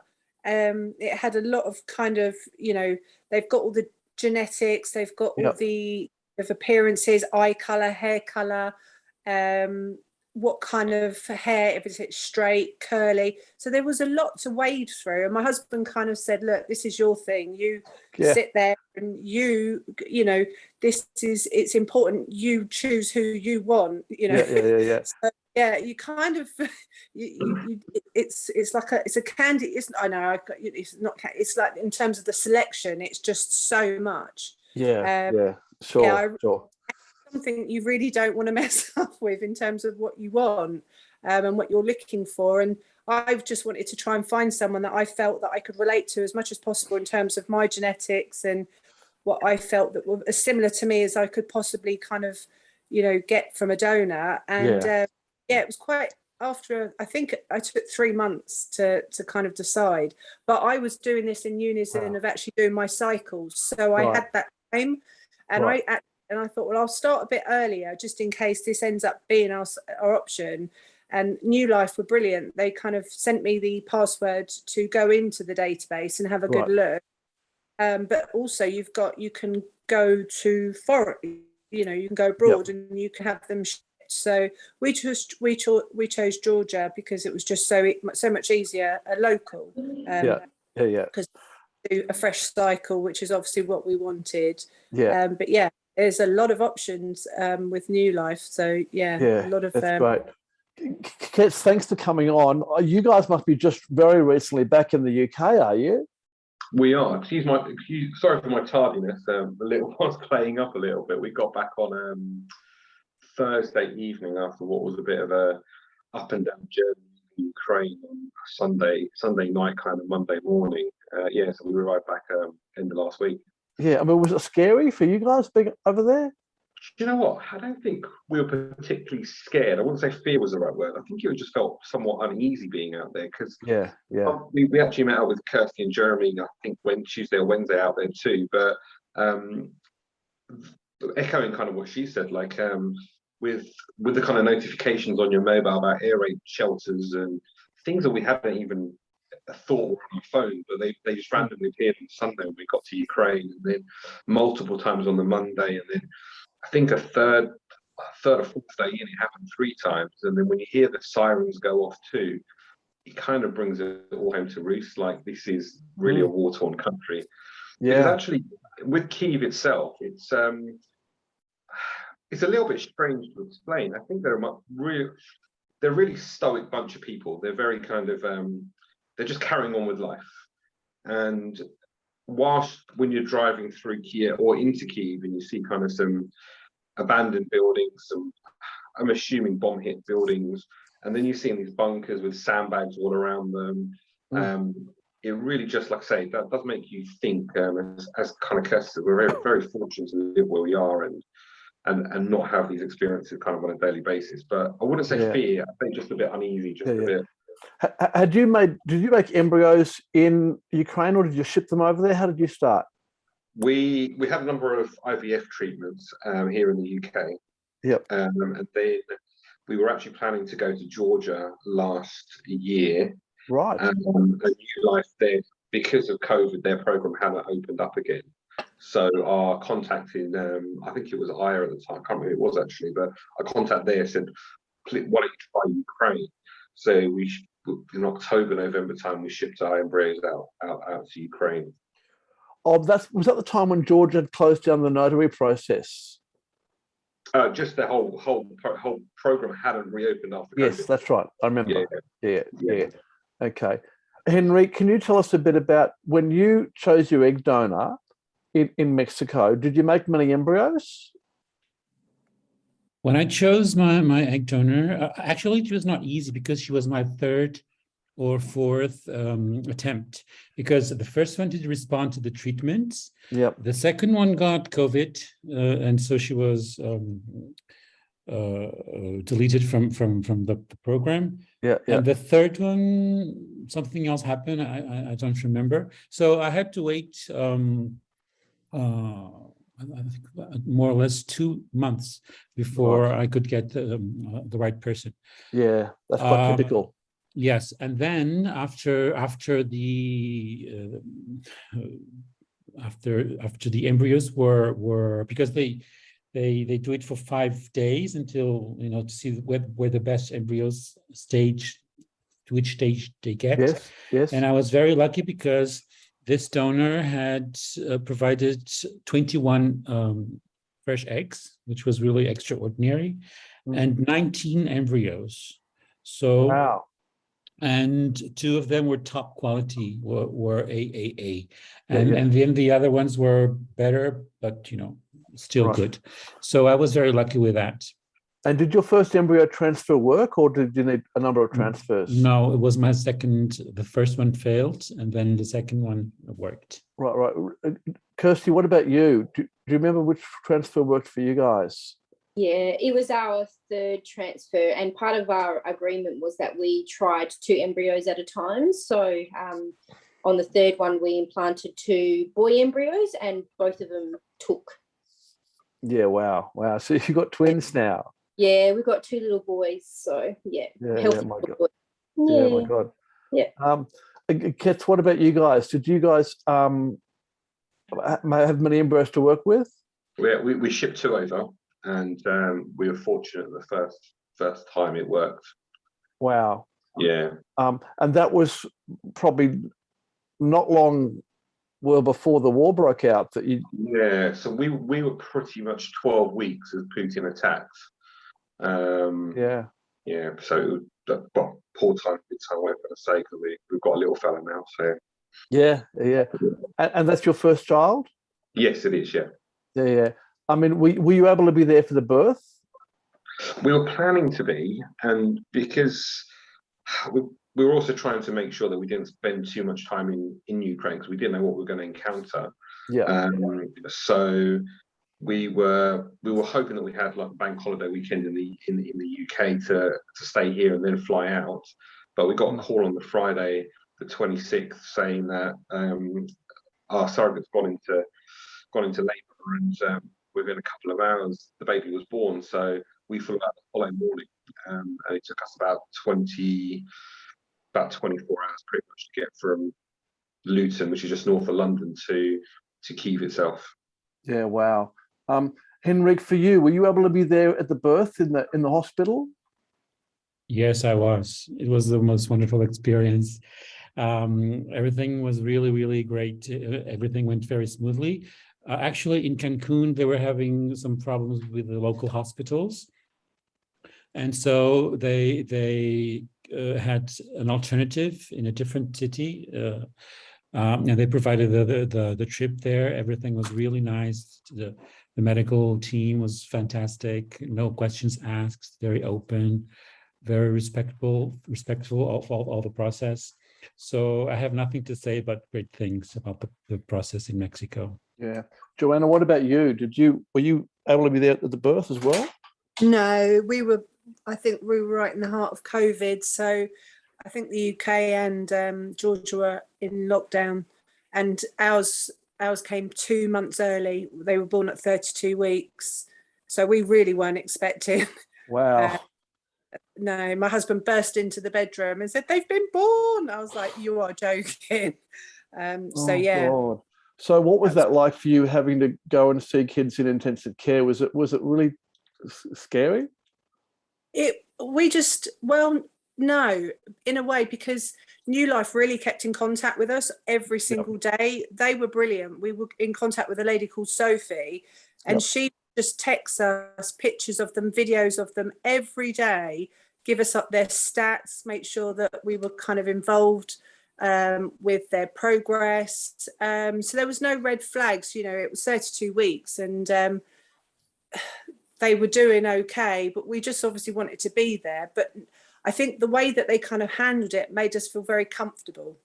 Yeah. So yeah, we wanted to be there, but the key thing was that they were healthy, and as far as we knew, with the feedback we were getting, they were. So that was the top priority for us, and we had to contact the consular and in Georgia in order to get an invite to come into Georgia and do all the forms to get in. It was a nightmare. And then we had to isolate for 10 days as well, even when we got to Georgia. So imagine that, you've been a mile away from them, desperate to see them.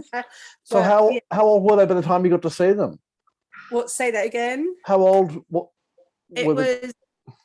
we got out there. We saw them on the 30. We saw them on Halloween, 31st of October, and they were born on the 14th of October.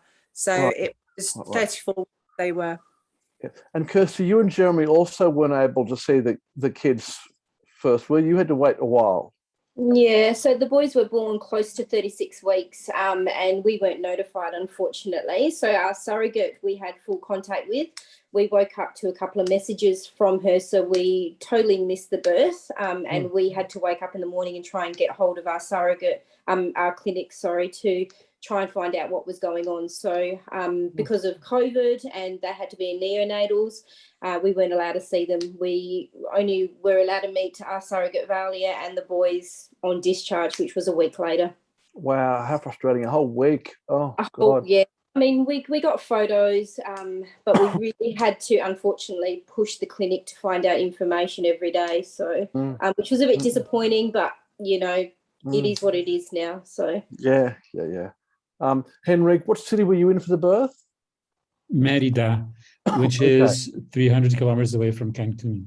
Okay. And what was the medical facilities like and the birth hospital like? Was it okay? Oh, it was the European standard. It was really nice. It was a private hospital, with top facilities. So I was very pleased with everything. The surrogate mother had a private room. It was, high quality, I would say. Yeah.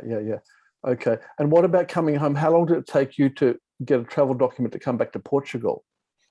Well, actually, it was 6 weeks. Right. That's not bad. Not bad, especially because of COVID. The embassy, I had to fly from Cancun to Mexico City, and they were scheduling the interviews and the appointments. So I had to wait 3 or 4 weeks for my first scheduled interview.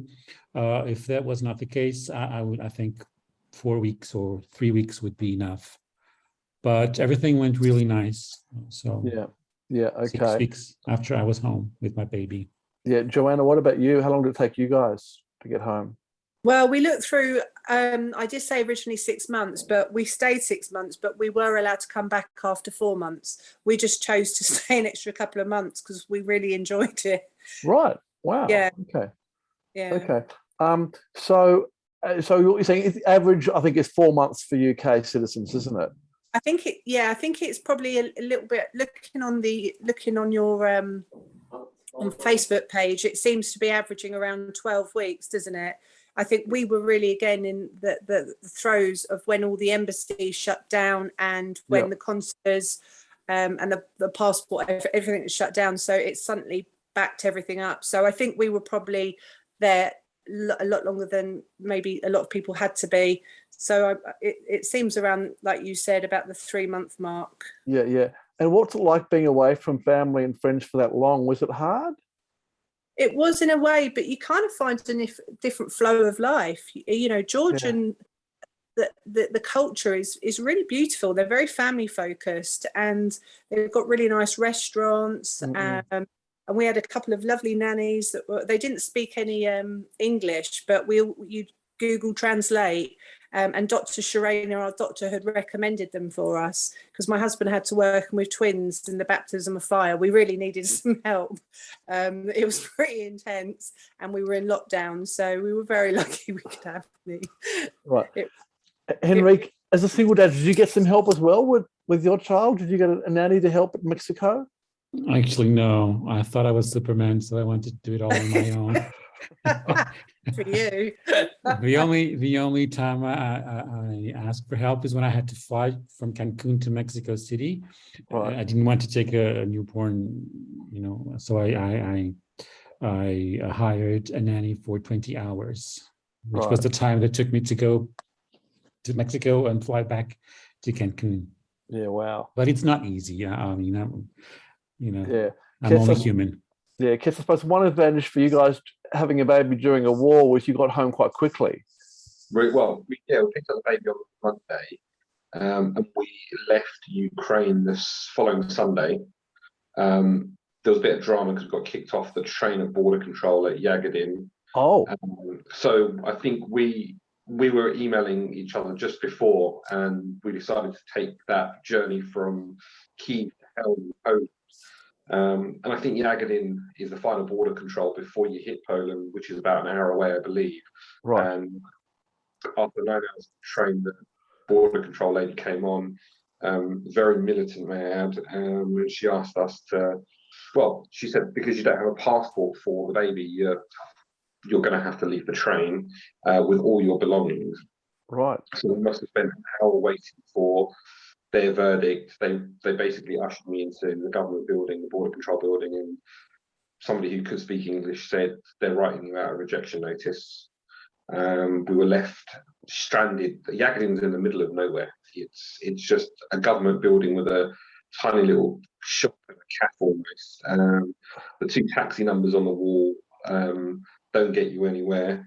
And if it wasn't for your help in terms of putting us in touch with Evgeny and his wife Maria, we would have been completely stranded. They managed to book us a cab, which arrived at about 5 o'clock that day. So we were there from 9 till 5 p.m.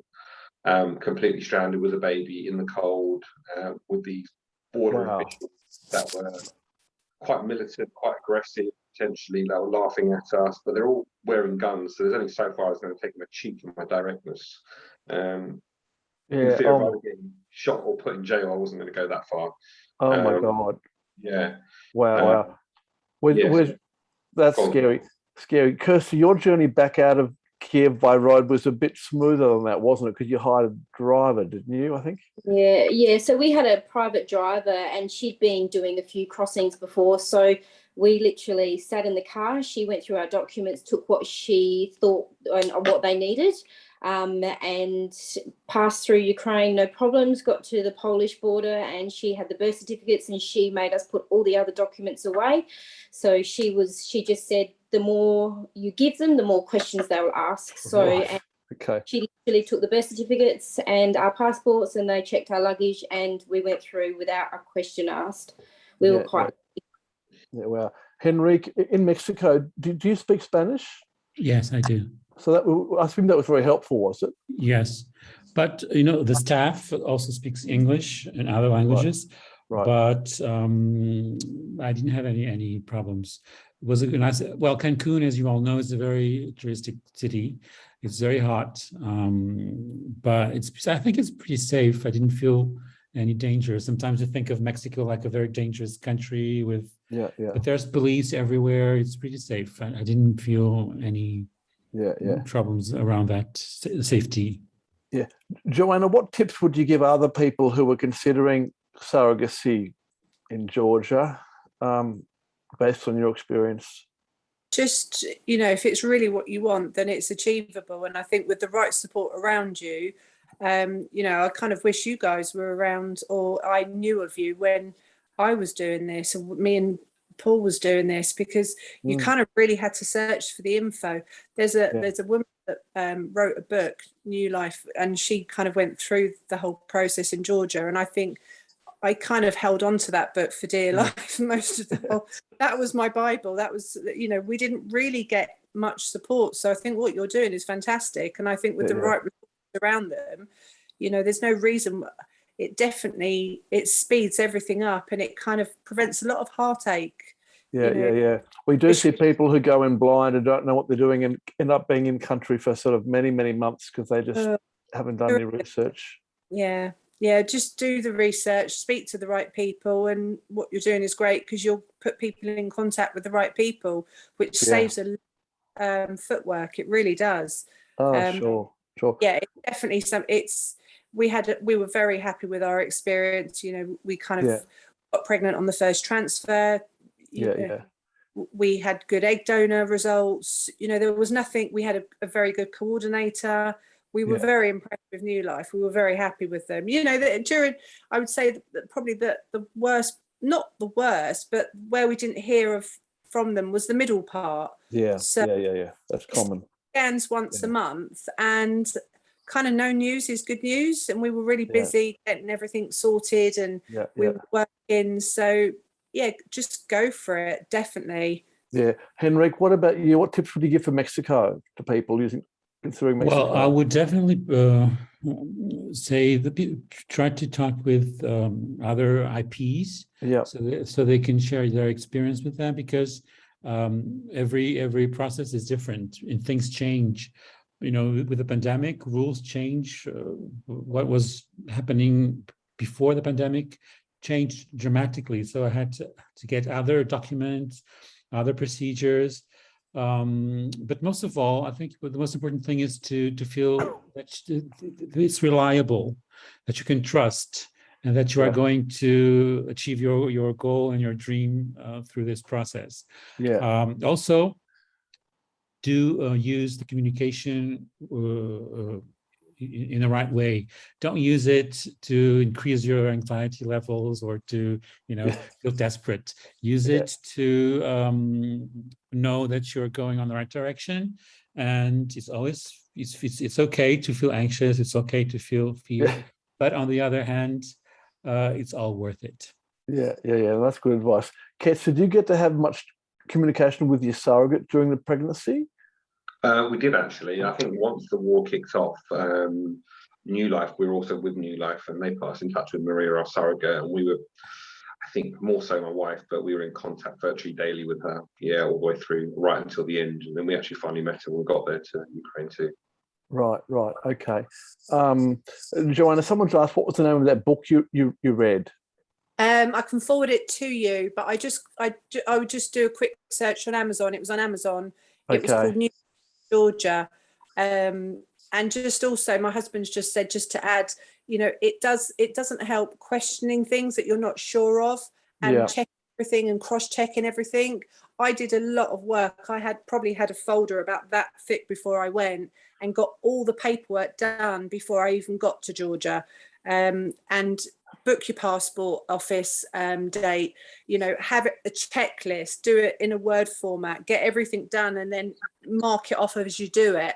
And if you don't be afraid to keep contacting New Life or whoever you choose. Get an answer, because that's what you're paying for. Enrique's 100% correct. Don't use it to heighten your anxiety, because I've seen on forums a lot of people kind of going down that road where they've said, I'm on Facebook looking at my surrogate, I'm sure she's smoking or she's doing, you can't micromanage these. You just got, if you go down this route, you've got to kind of have that belief and kind of compartmentalize what you're doing, and turn that kind of that neuroticness into pragmaticness by actually getting yourself prepared, get the lists and get what you need, get all the kind of thing to the babies. And with twins, it was probably a lot more work in terms of double everything. So we were busy enough with all of that. I remember, Kirsty, when the war broke out, you had no contact with your surrogate for a month or two, did you? No, we had no contact with the surrogate at all, and we were under the impression that she was in Kiev, but she was 2.5 hours out of there. So we did track her down, and she's a lovely lady. Like, she's our angel, and she'll always be a part of our lives, and she knows that. And we still have contact with her. I mean, the boys were only born in August, and we still check in on her every time, because at the end of the day, they give birth to these babies. and they have to hand them over, and there are emotional ties there as well. So we need to also make sure that she's okay at the end of the day as well. Yeah. No, that's well Definitely. said. Well said. Yeah. Guys, we're out of time, but thank you so much for sharing and coming on. That's really great of you. People have been so appreciative of some of the questions coming in about, you know, just hearing about what it's like and so forth. You know, I'm really sorry, Kirsty and Ketch, you had to go into a war zone for this, but you know, obviously it's your child. You do what you have to do. I do it again if I'm honest. So Yeah. I mean, that's right. I mean, obviously, you know, it's too dangerous for new arrangements there right now, but luckily you got home very quickly, which was great. Exactly. Yeah. Thank you. That's great. Okay, guys, we're going to say goodbye to these guys. They can stay on the line. There is this session with kids via surrogacy, if you'd like to stay on the line for that. There's 3 11-year-olds talking about their lives having been born via egg donation and surrogacy, some born to gay dads, some to heterosexual parents. So if that's of interest to you, certainly stay on the call for that. It's a session we ran a few months ago, and it was really popular. So we're going to replay that panel now for you all. Let me just try and get it up and running while we're doing this.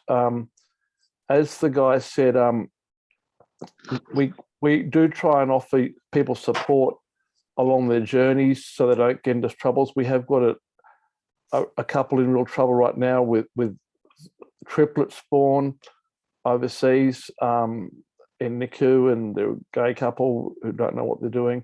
So we do try to avoid those situations because they're very high risk. Anyway, one of these kids, just by way of background on the panel, is one of my daughters, and it gets a bit embarrassing. Anyway, just to warn you, I'm just going to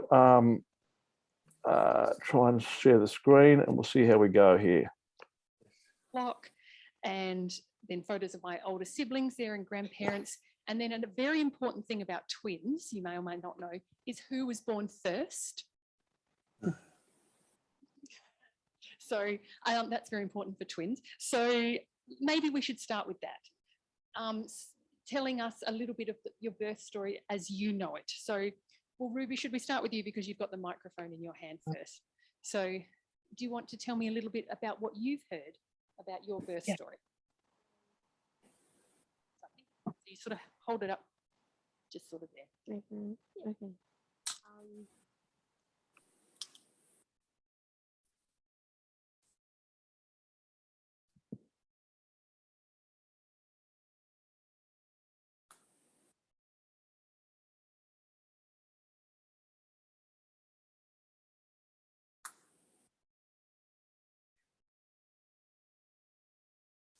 Finding it.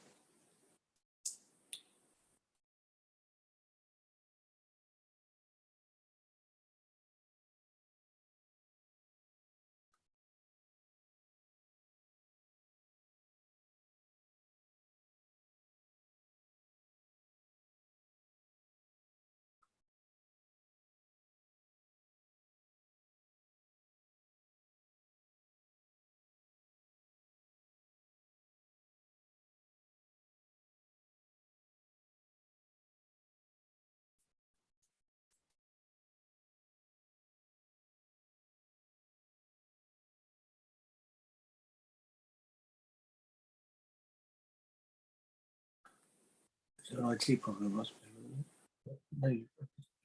Yes.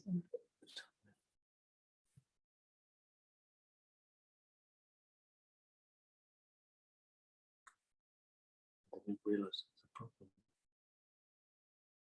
No, it's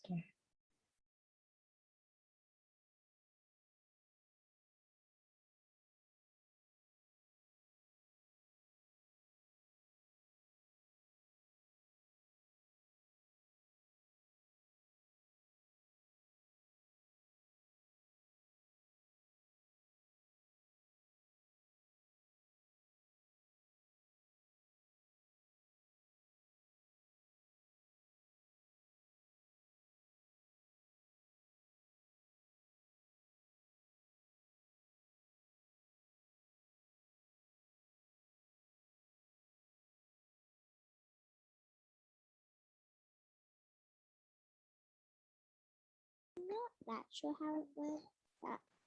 That went, no, that's okay. And have you got photos of the birth, or is this a photo of her holding you as a baby, or is that her child? This is her holding me and my brother Cam. Oh, you're both there. Like, I think it was like our last day we were with her or something. Yeah. So that was a few days after birth, or a few weeks, or not quite sure. So how do you think she's feeling having both of you kiddos in her arms there? She felt sad that we were leaving because like she like was with us and like Had become friends with your parents? I would say that. Yeah, cool. All righty, that's a bit of a snapshot. Thank you, Mr. Elijah. What do you know about your birth story? I was born via surrogacy. I'm not sure we have any pictures of our birth, or do we? Not today with us, yeah.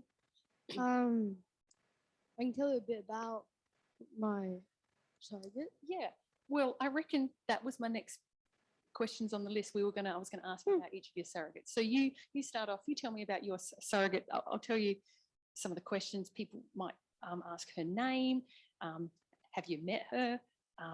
Does she have kids? What language? Is she a tummy mummy or an auntie?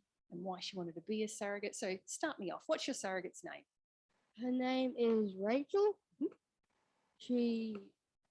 Her last name is Kunzi. Yes.